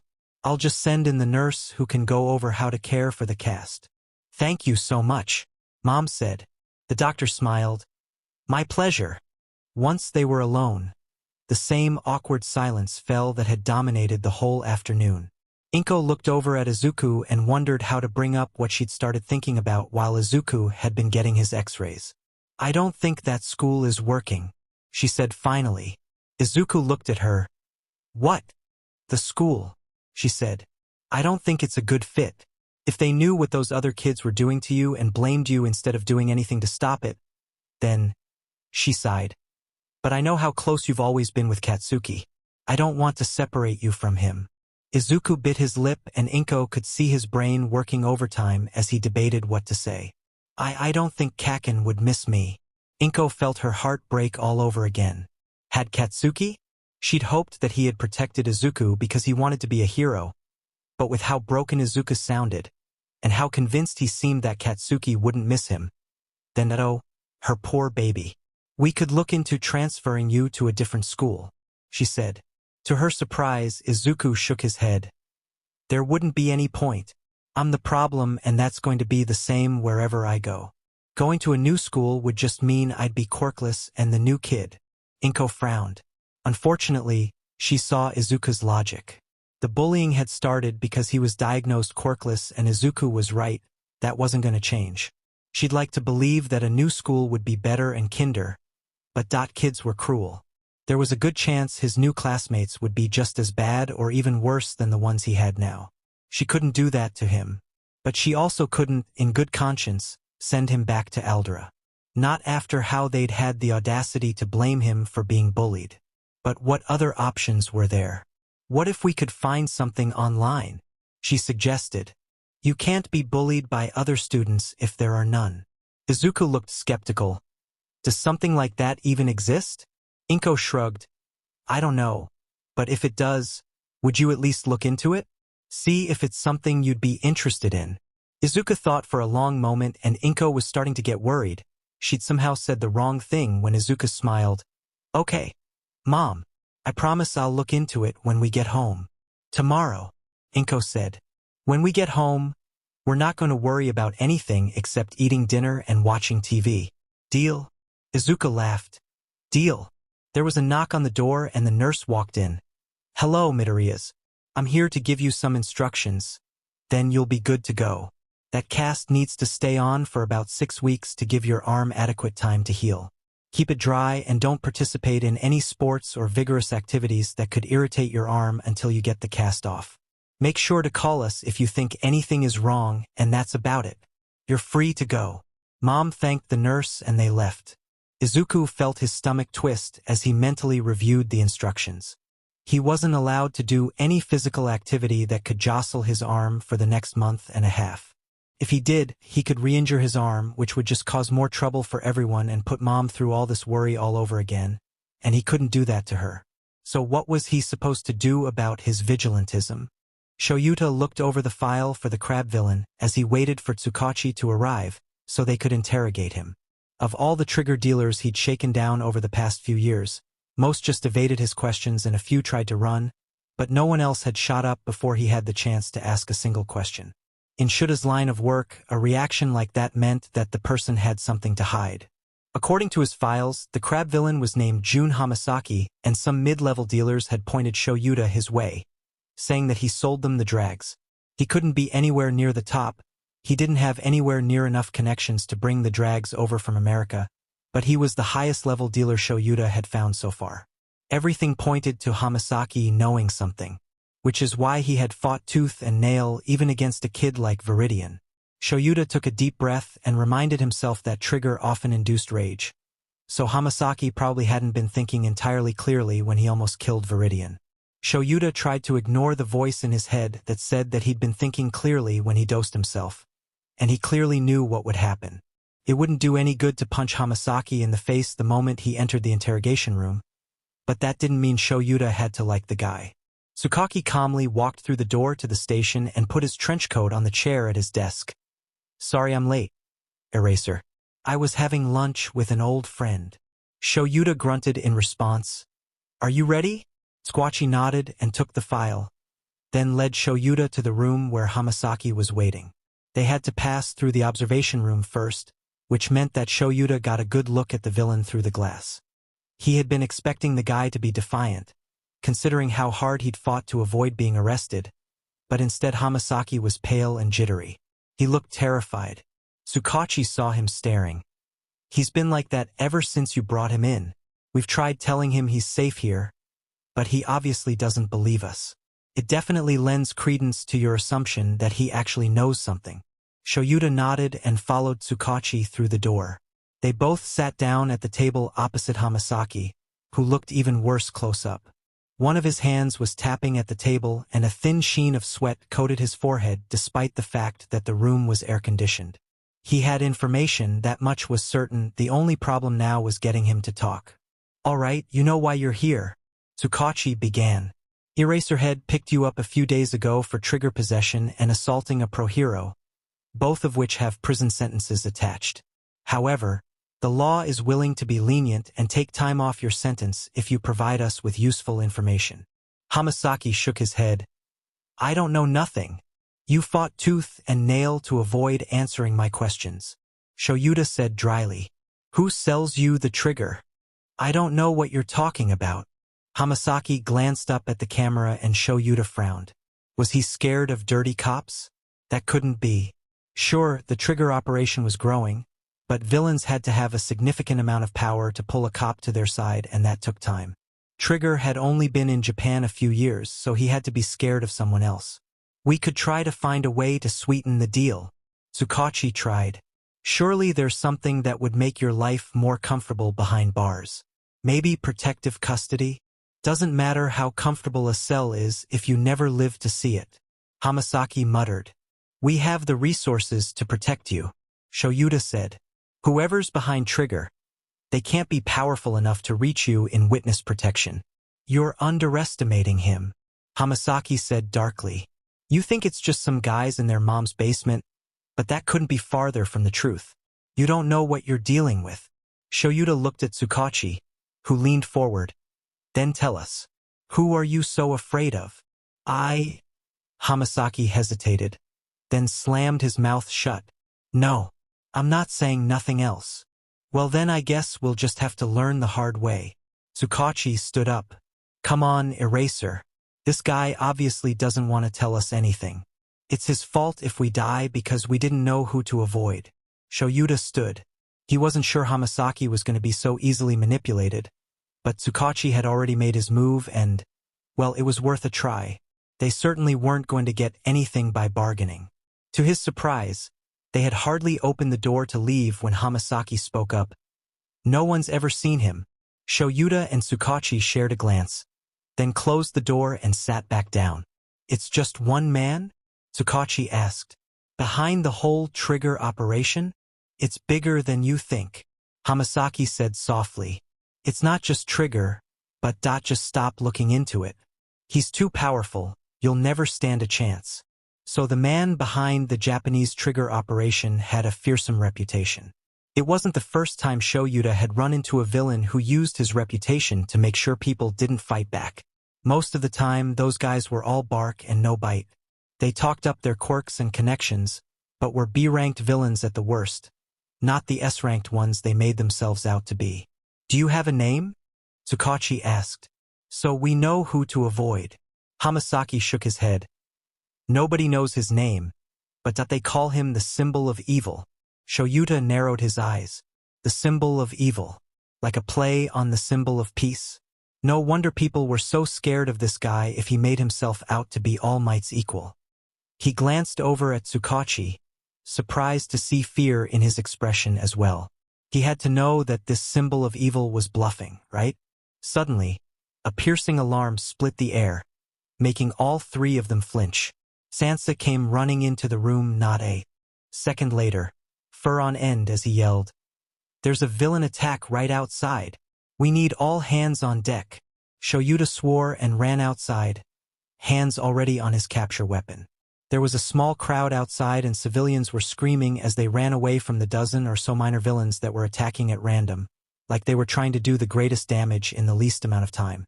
The media vultures were already starting to pull up and film, though they at least had the good sense to stay away from the main fight. The villains were more like thugs, but there were still enough of them to be dangerous if Shoyuta didn't take them down quickly. He activated his quirk and looked at the closest one, some guy with bullets shooting out of his fingers, then quickly wrapped him up and flung him toward the waiting police, then started in on the next one. Rock Lock had turned up while Shoyuta had been fighting, so he managed to take one of the villains down by locking a rope in place around him. Between the two of them, it only took them another 10 minutes to round up all the villains and get them into police custody. It wouldn't have taken so long if there weren't so many of them. Gangs hadn't been a problem since All Might Beam number 1. So how had so many thugs decided to attack the police station at the same time? They had to be pretty stupid to attack a place that they knew was filled with police. Even if they weren't scared of the cops, pro heroes were always in and out of the station, so why attack? It just didn't make sense. Slowly, they managed to get all the villains off the street and into the holding cells inside the station. There was going to be so much paperwork. Thankfully, most of it would be done by the police themselves. But still, Shoyuta wasn't looking forward to it. That could wait, however, until he and Tsukachi finished interrogating Hamasaki.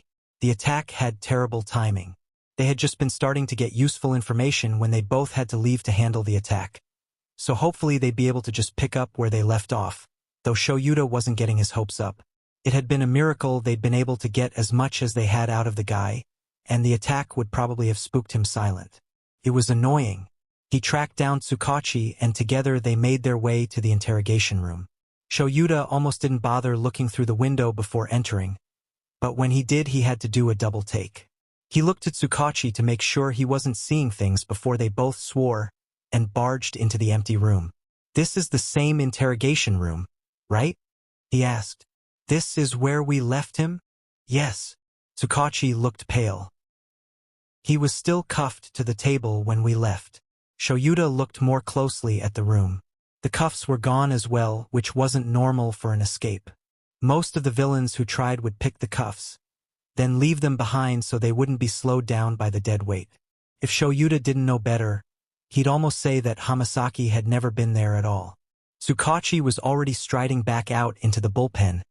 "Sansa, what happened to the villain we had in interrogation room 6? Shoyuta followed to see Sansa at the front desk looking through the logbook. "It says here he was transferred, but that can't be right.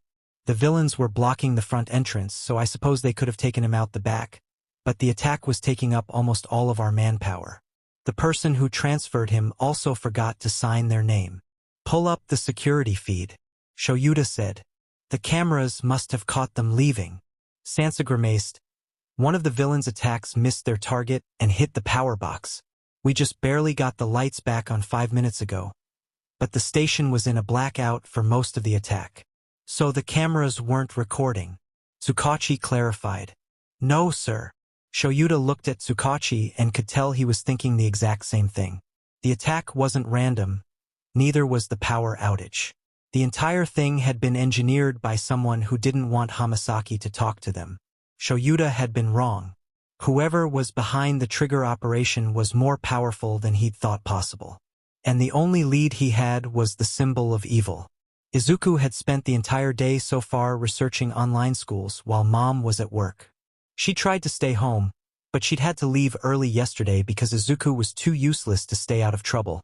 So Izuku wasn't about to make her miss work again, just so he wouldn't be alone. Thankfully, she'd listened when he pointed out that he wouldn't be doing anything besides sitting on the couch all day, which he didn't need 2 arms for anyway, and she'd left after she made him promise to keep the door locked. He was just happy that he wasn't holding her back.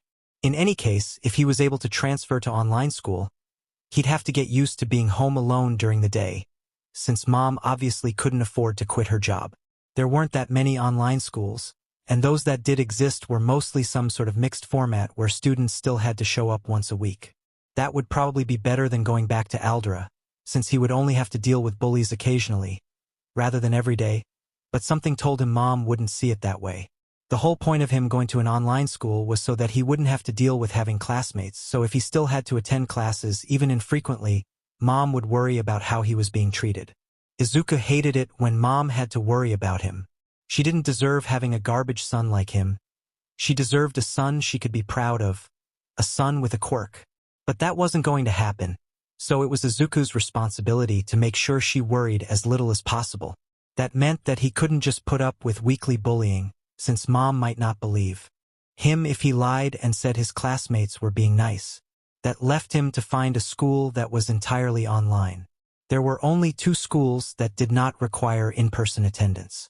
One of them seemed almost like a traditional school, where students showed up in video chat classrooms at set times and turned in homework every day just like Izuku was used to at Aldera. There were 2 problems with that school, however. The first was that it seemed to include group projects, which might lead to Izuku being left out at best and cyberbullied at worst. The second was that it only accepted new students at the beginning of the semester, which meant that Izuku would have to stay at Aldera for several months until he was able to transfer. He couldn't do that to Mom. That left Izuku with his final and only option. It apparently had options for everything from grade school until the end of high school and was entirely remote. According to their website, Izuku would just read articles and watch lectures associated with each lesson, then take tests and do assignments to test his learning. He would be able to work at his own pace, so he wouldn't have to worry about how stupid he was. He could just go slower than average. He did have to complete each semester class within 6 months, but that sounded like something he could handle. And Mom wouldn't have to worry about him having classmates that would bully him. There was only one problem. He would have to pass an entrance exam. He could take it at any time, so he wouldn't have to worry about going back to Aldera while he waited for the new semester to start. But was Izuku really smart enough to pass? Kaken didn't even get straight A's, and he was so much smarter than Izuku. What if he took the test and didn't pass? Would he have to go back to Aldera? Mom would be so disappointed. He really was the worst son, wasn't he? He ignored the voice in his head that said that Eraserhead thought he was smart. Eraser had just been being polite when he saw Izuku's notebook. There was no way he actually thought Izuku was intelligent. But Eraser wasn't worried about being polite, so he could be telling the truth. Izuku shook his head. That was too confusing. It was just easier to firmly remind himself that he was an idiot, just like Kaken and his teachers always said, and leave it at that. That way he wouldn't get his hopes up. When he inevitably failed out at the entrance exam, it would still hurt and Mom would still be worried, but at least he would already be expecting it. It was for the best. Katsuki felt sick. The entire school was talking about how Deku got suspended. Boulders had been bragging about it all day, as had the other 2 extras that had been involved. So everyone already knew how Deku had been beat up so badly that the principal had to call Auntie Inko to come pick him up. Glow had said it was his idea to pin the whole thing on Deku, like he was proud of his creative thinking, and the principal had fallen for it hook, line, and sinker. But Deku couldn't have started that fight. Katsuki knew that, Auntie Inko knew that, and the principal sure as hell knew that. So why had the school gone along with Glow's story? Deku was a quirkless weakling who couldn't even defend himself, so why would he start a fight with his classmates? Sure, those extras didn't have awesome quirks like Katsuki's, but their weak butt quirks were better than nothing, and Deku had those stalker notebooks, and he obviously knew he couldn't win, and even he wasn't stupid enough to pick a fight, so what did the school get from blaming Deku? Well, those 3 extras who had beaten him up had gotten off scot-free. But it shouldn't matter to the school who got the punishment, right? They should be punishing those who were actually at fault so that they knew they did something wrong. That's what heroes did, at least. They put the bad guys in prison so they wouldn't do anything bad in the future, even after they got out. Wasn't that the way things worked? If the principal was letting these guys get away with what they did, then who else had he let get away with stuff? Were there villains out there who were out beating people up because the school hadn't done anything to stop them back when they went here? That was kinda messed up. It was a good thing that Katsuki knew better than to. Katsuki froze. How much had he gotten away with? He had already had to come to terms with the fact that he hadn't been acting like a hero, but he hadn't been acting like a villain. Right? The teachers all knew he wanted to be a hero.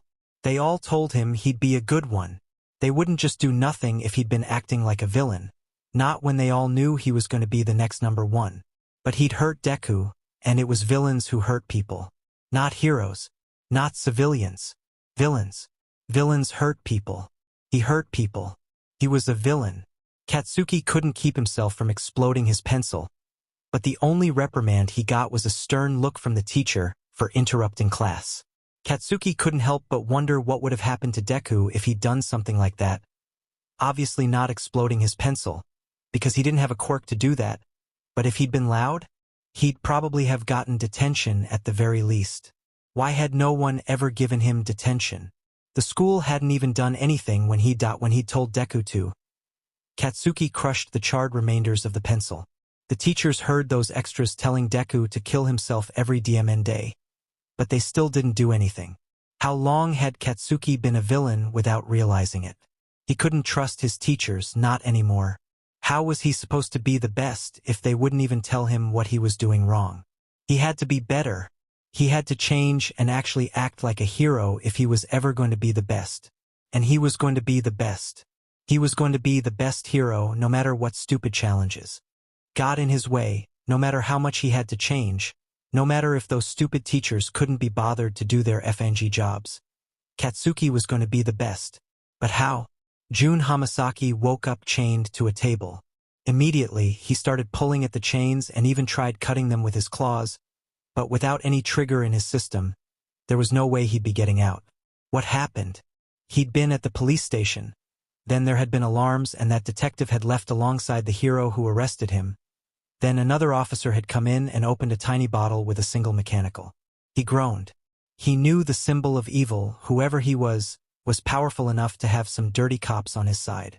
He should have known that they wouldn't leave him in police custody. He knew too much. Probably didn't even matter that he'd said anything. They still would have dragged him back here anyway. Speaking of, where exactly was here? It would have been easier to just kill him, inject him with a poison rather than a sedative, but instead they'd kept him alive. Well, as long as this wasn't the place they did their experiments, he'd be fine. The door creaked open and Jun craned his neck to try and get a better look at either the room or his visitor. But unfortunately, aside from a bright lamp over his head, the rest of the room was dark. There was some shuffling in the general direction of the door. Then he heard a high-pitched squeaking that set his teeth on edge, almost like someone had forgotten to oil the wheels on one of those old metal wagons.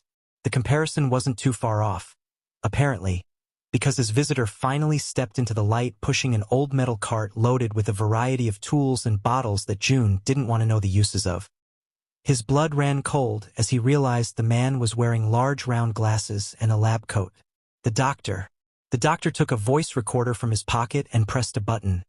Phase 3, Experiment 2, Hypothesis. Through a combination of mutation and trigger, an elevated quirk level can be achieved even after the drag is out of the system. Please. Don't do this. Jun didn't care that pulling at the chains hadn't worked before. He couldn't be turned into .it didn't matter if none of the others remembered the actual experimentation. He didn't want to. This couldn't be happening.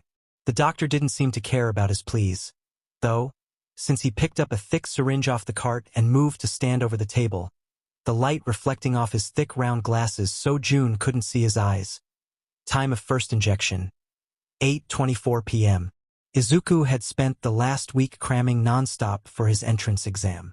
He still wasn't entirely confident in his ability to pass, but he'd reached the point in his studying where he was starting to forget more than he learned, which probably meant that he should just take the exam, even if he'd inevitably fail. At least then he'd be able to move on and put his eggs in other baskets. Mom was at work and had left that morning after giving him a kiss on the cheek and wishing him luck on his test.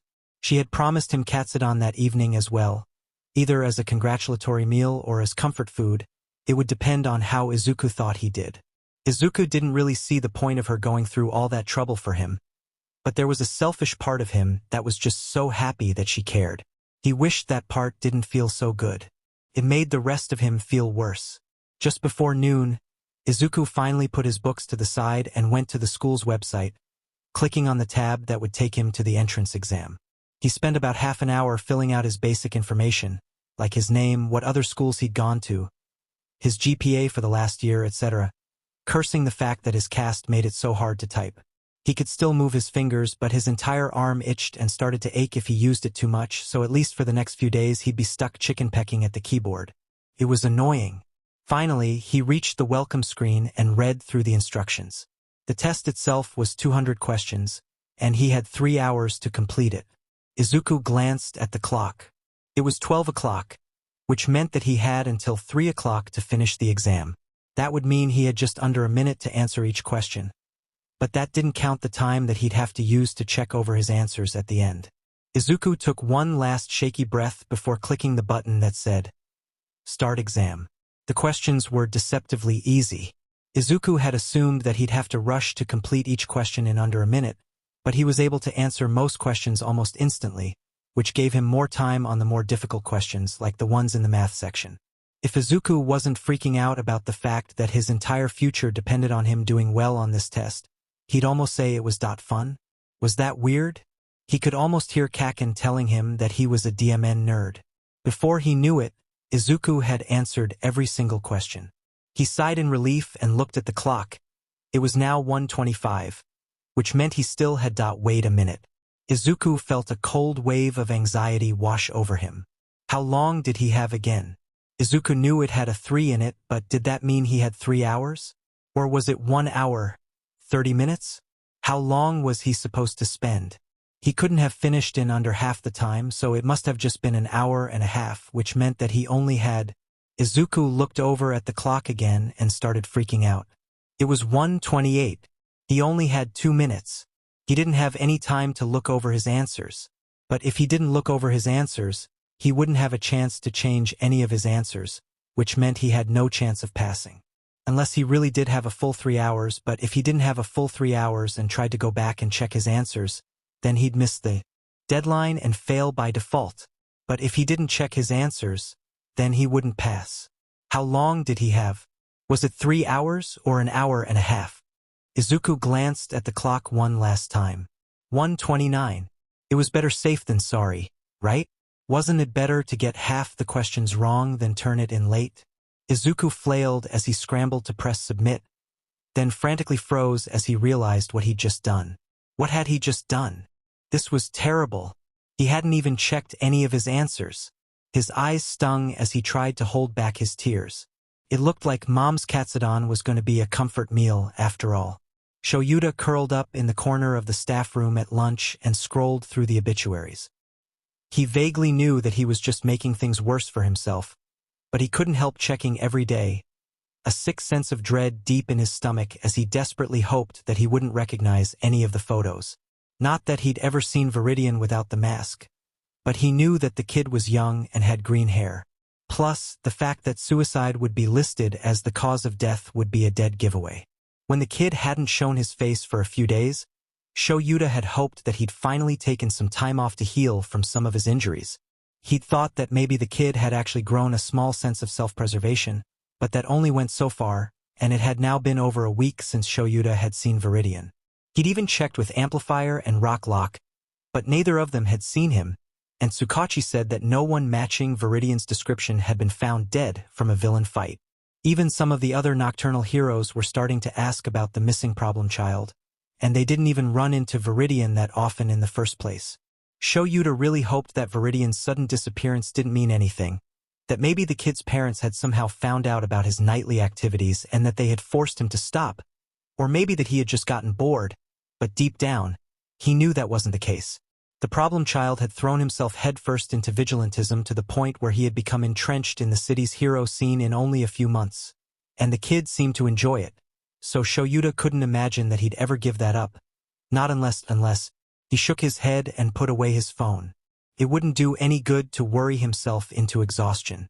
The most he could do was keep an eye on the obituaries and hope to every deity he knew that Viridian hadn't decided that suicide by villain was taking too long. Maybe he was just reading too far into things and Viridian's mental health wasn't nearly as bad it seemed and he was just out of town. But if he was just out of town, then why hadn't he given any warning before disappearing?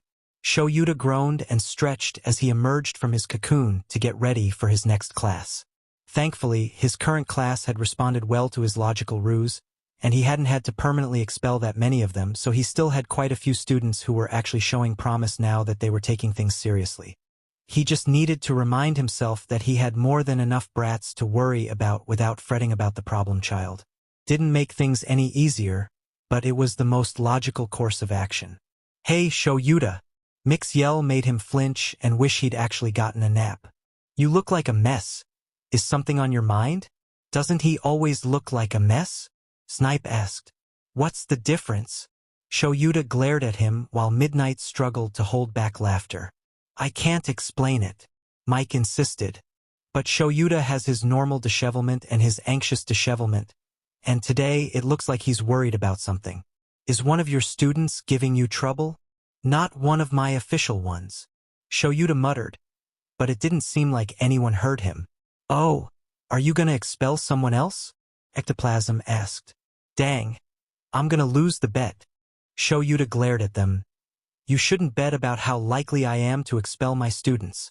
"We're not betting on if you'll expel your students," Mike yelled.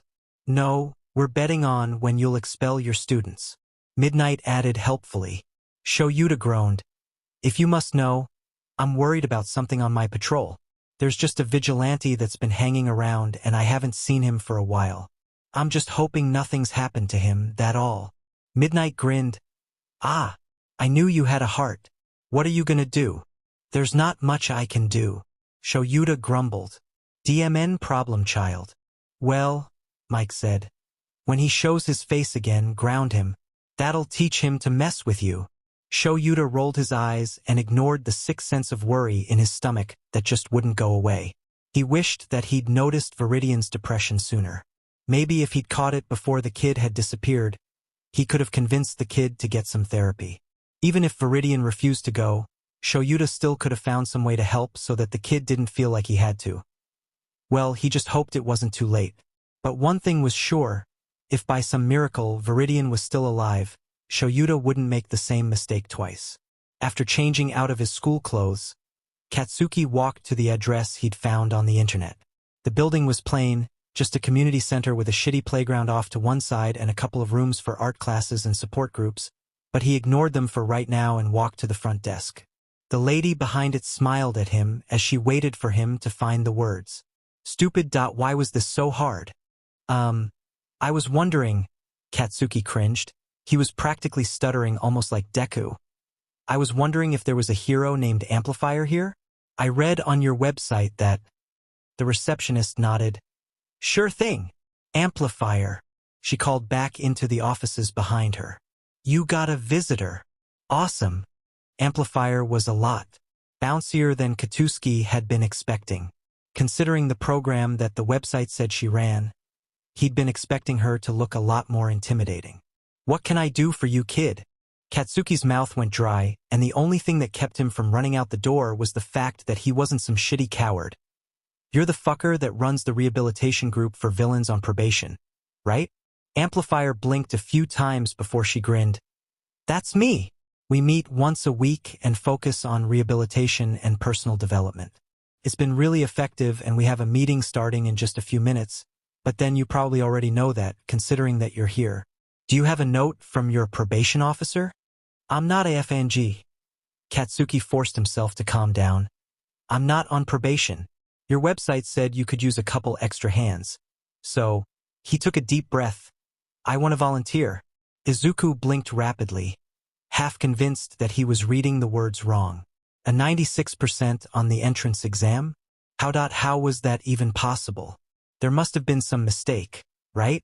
Izuku was too dumb to be able to ace the entire entrance exam when he hadn't even had time to do it twice.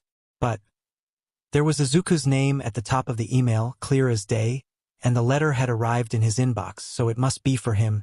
"Mom!" He yelled so that she could hear him from the kitchen. "Can you come here? I need to make sure I'm reading this right." Mom nearly slid down the hall in her hurry to open his bedroom door. "What is it, Izuku? What's wrong?" Izuku simply leaned back and pointed to the screen.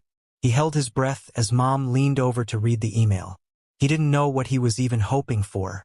He didn't want to get his hopes up, because there wasn't any way he'd passed. But if Mom read the same thing he did, "Oh, Izuku." Mom turned to him with tears in her eyes that were at odds with the brilliant smile on her face. "Congratulations. You got in. I knew you could do it." Izuku continued staring at the screen in shock as Mom sank to her knees and hugged him. I got in. I got in. Mom chuckled as he hugged him even tighter. You did. This is going to be so good for you, Izuku. I'll call Aldera first thing in the morning and do the paperwork. Oh, this calls for a celebration. Do you want to go out? Izuku shook his head and held up his cast. I, don't want to risk running into anyone. Mom's eyes shone in understanding. How about some ice cream, then? I can go pick some up while you register for your classes. Izuku nodded, and Mom smiled and ruffled his hair before she left. Izuku turned back to the email and clicked on the link to sign up for classes. The first step was to make sure he was registered for all the required classes, such as science, math, and literature. Then he had to take one foreign language class, so he ended up registering for English, since that was what the school recommended. The problem was that he also had to take 3 elective classes, but Izuku had never really had any hobbies outside of being a hero, which obviously wasn't going to happen. He frowned as he scrolled through his options. Art might be fine, it would help make his notebooks more detailed, if nothing else, so he added that class before he could start to doubt himself. But that still left 2 classes. He was most of the way down the list of electives by the time another class caught his eye. Quirk theory. That could be interesting. Analyzing quirks was one of his favorite parts of watching hero fights, and Eraserhead had mentioned that analyzing villains' quirks would help him fight better, so it wouldn't hurt to learn more about them. But that still left one final elective. He should probably choose something to do with a hobby, but Izuku really didn't have any hobbies outside of being a vigilante, and somehow he didn't think that his new school would let him count that as an elective. Thinking of his vigilantism made Izuku restless.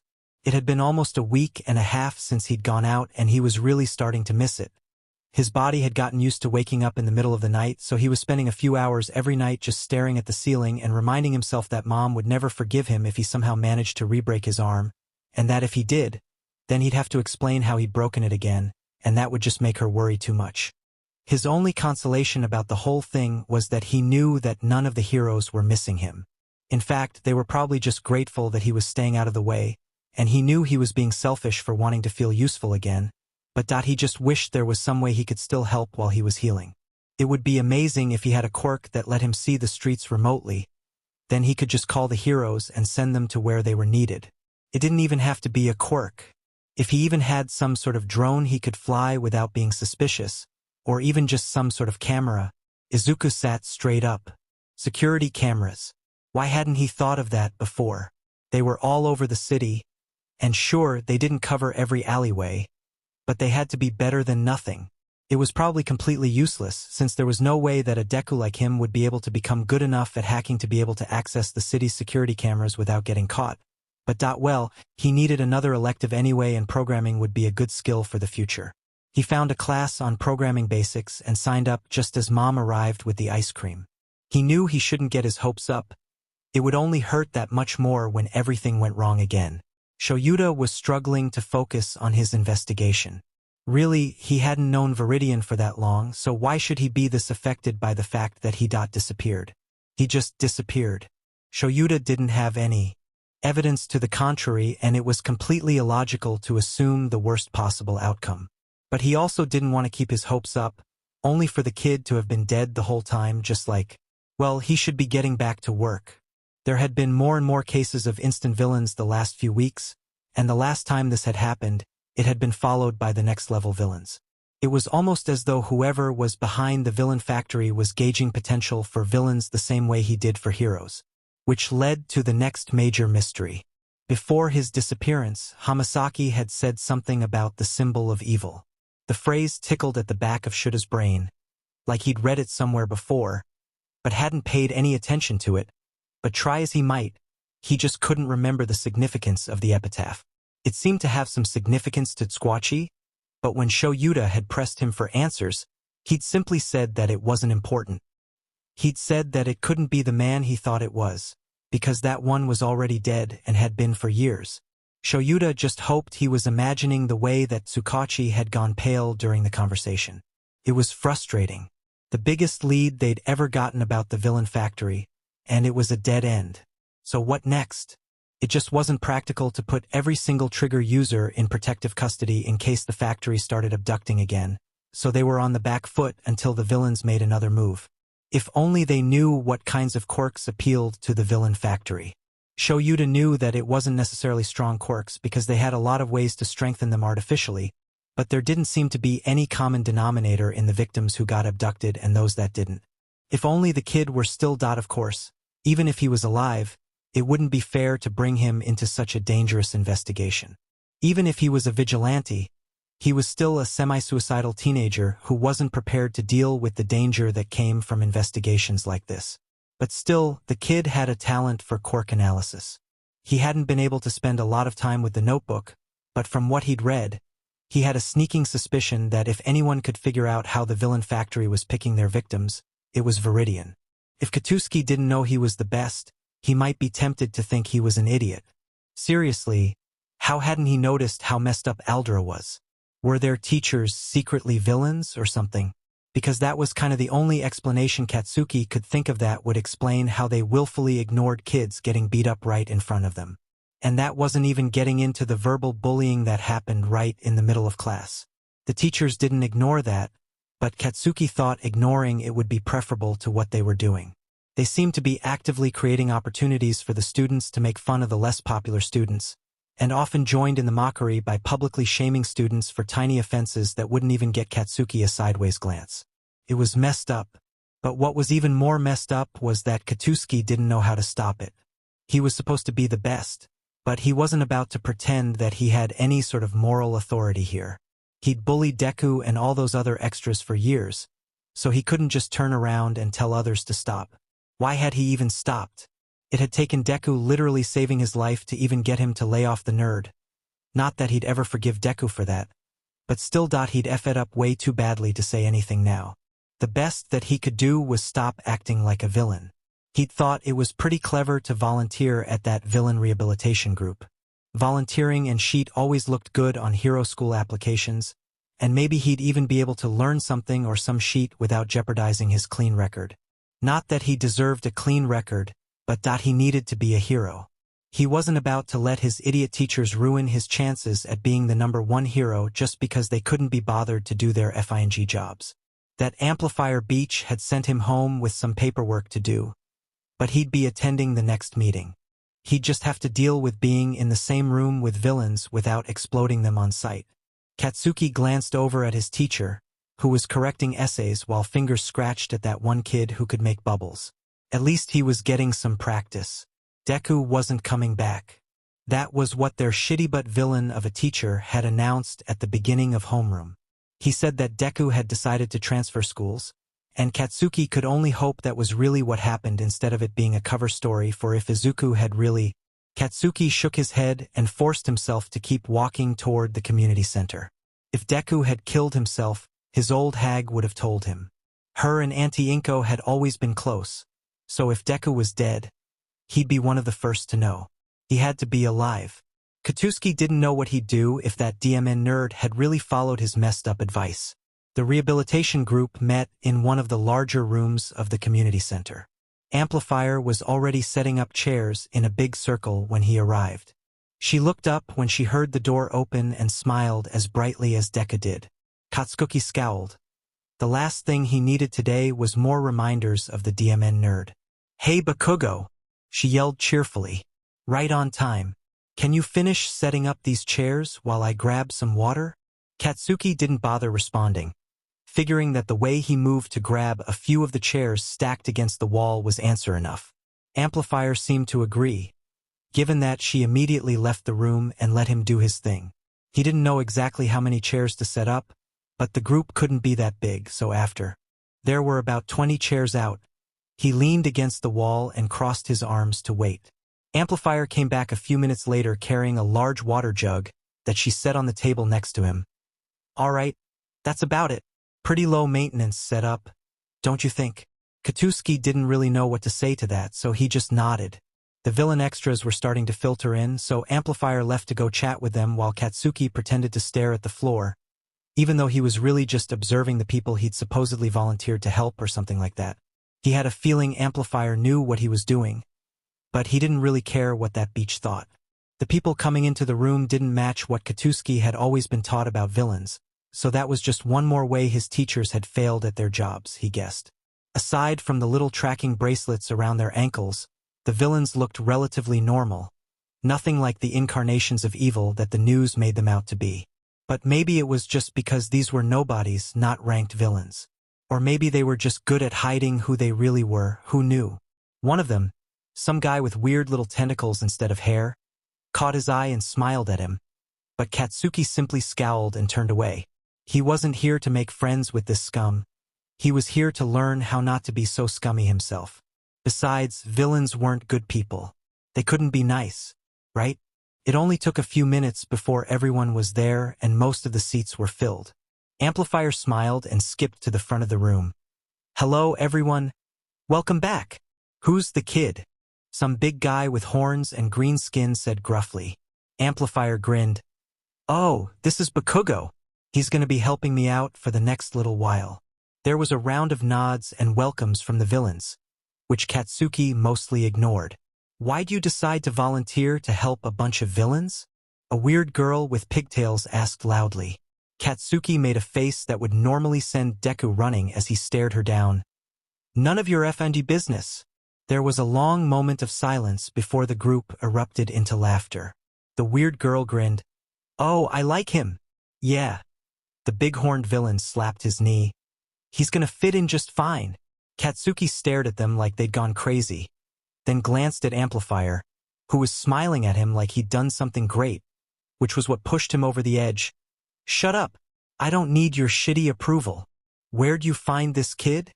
one of the other villains asked. "He's great." Amplifier's grin got bigger. "He came to me. Don't worry, you're gonna have plenty of time to get to know him. But let's get started. Anybody want to share how their week went?" The cheerful mood dropped like a rock and the assorted villains became very busy looking at the floor. Katsuki frowned. If it was just one or two that had a bad week, he'd get it, but all of them? Had there been something specific that happened, or... The big-horned villain finally spoke up. "My girlfriend's family came to visit for the first time since we started dating. They're from a little town and I guess Hina didn't tell them about my quirk because they're the type of people that don't like mutant types. It's one thing getting called Frankenstein by little kids, they don't mean anything by it, they just think it's cool I've got green skin. But when adults say it, it's malicious. I managed to keep things civil until they left. But their stupid passive-aggressive comments really made me want to shoot someone." Amplifier nodded in understanding. "That must have been hard, facing discrimination from people who you were probably hoping would like you. I'm proud of you for holding out, though, and I hope things get better." "Fat chance," someone muttered. Katsuki frowned. Was discrimination really that big of an issue? "I'll go next," the tentacle-haired villain offered. "My mom was trying to get on my case about finding a job, even though I've told her there's no point. No one will hire me until I complete this rehabilitation course and get my arrest record wiped. But she doesn't seem to understand that. Normally, I just go out with friends and ignore her. But my old friends are part of why I'm in this mess in the first place, so..." "That SKS man," Weird Pigtails said. "I'm kinda in the same boat. If I really want to become an upstanding citizen..." Her tone was met with a round of laughs. "I have to find entirely new friends. It doesn't seem worth it sometimes." Katsuki's frown deepened as the villains kept sharing their stories. If they weren't facing obstacles because of their villain status, it was because of their quirks or their gender. It was just so foreign to him. Was this what other people experienced? Katsuki hadn't ever had anyone judge him like that. Sometimes they thought it was weird that he was so angry, but as soon as they learned what his quirk was, they just wrote it off. It just seemed wrong that their experiences were so different. After everyone who wanted to had a chance to share, Amplifier began talking about what the villain extras were supposed to be learning about this week. "Today we're going to be learning to accept responsibility for our actions. There will always be circumstances beyond our control, but it's helpful to realize that not everything is someone else's fault." "Yeah," Tentacles grinned. "Everything happens for a reason, and sometimes that reason is that you're an idiot." That drew a laugh from everyone, and even Katsuki found himself chuckling. "Pretty much," Amplifier said cheerfully.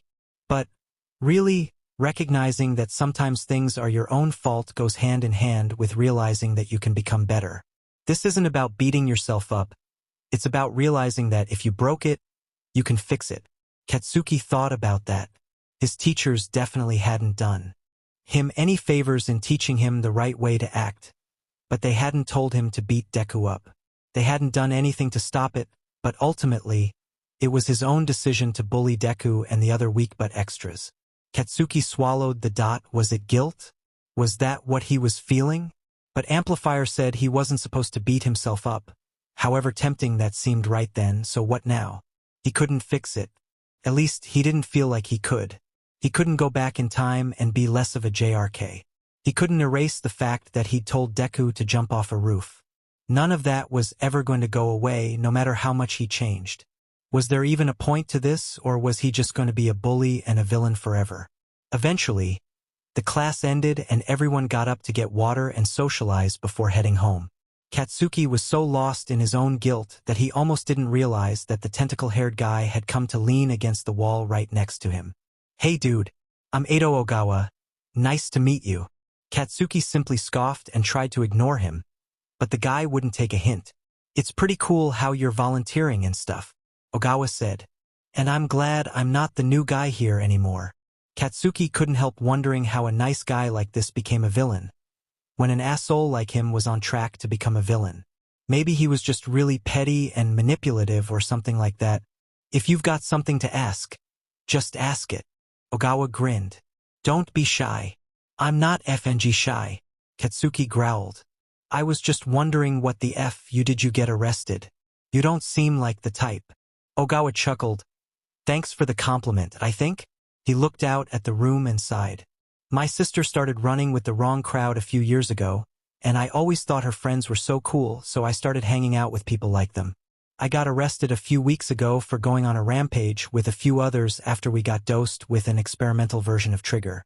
It wasn't our fault, so normally it wouldn't have put me on probation or anything, but," he grimaced, "I happened to have an outstanding warrant for shoplifting when they took me in." Katsuki scoffed. "Everything happens for a reason, huh?" Ogawa smiled sheepishly. "Yeah, and I'm an idiot.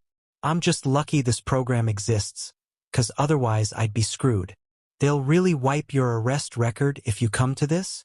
Katsuki asked. He nodded. "I think it's supposed to be a way to limit the number of villains. If they try to rehabilitate those of us who aren't too far gone, then it frees up the heroes to go after the real bad guys, right?" Katsuki shrugged. It made a certain type of sense. "Well, Bakugo, it was nice meeting you, whatever your reasons are for being here." Ogawa smiled and waved as he pushed himself away from the wall. "See you next week." Katsuki grunted and watched him leave. He had a lot to think about.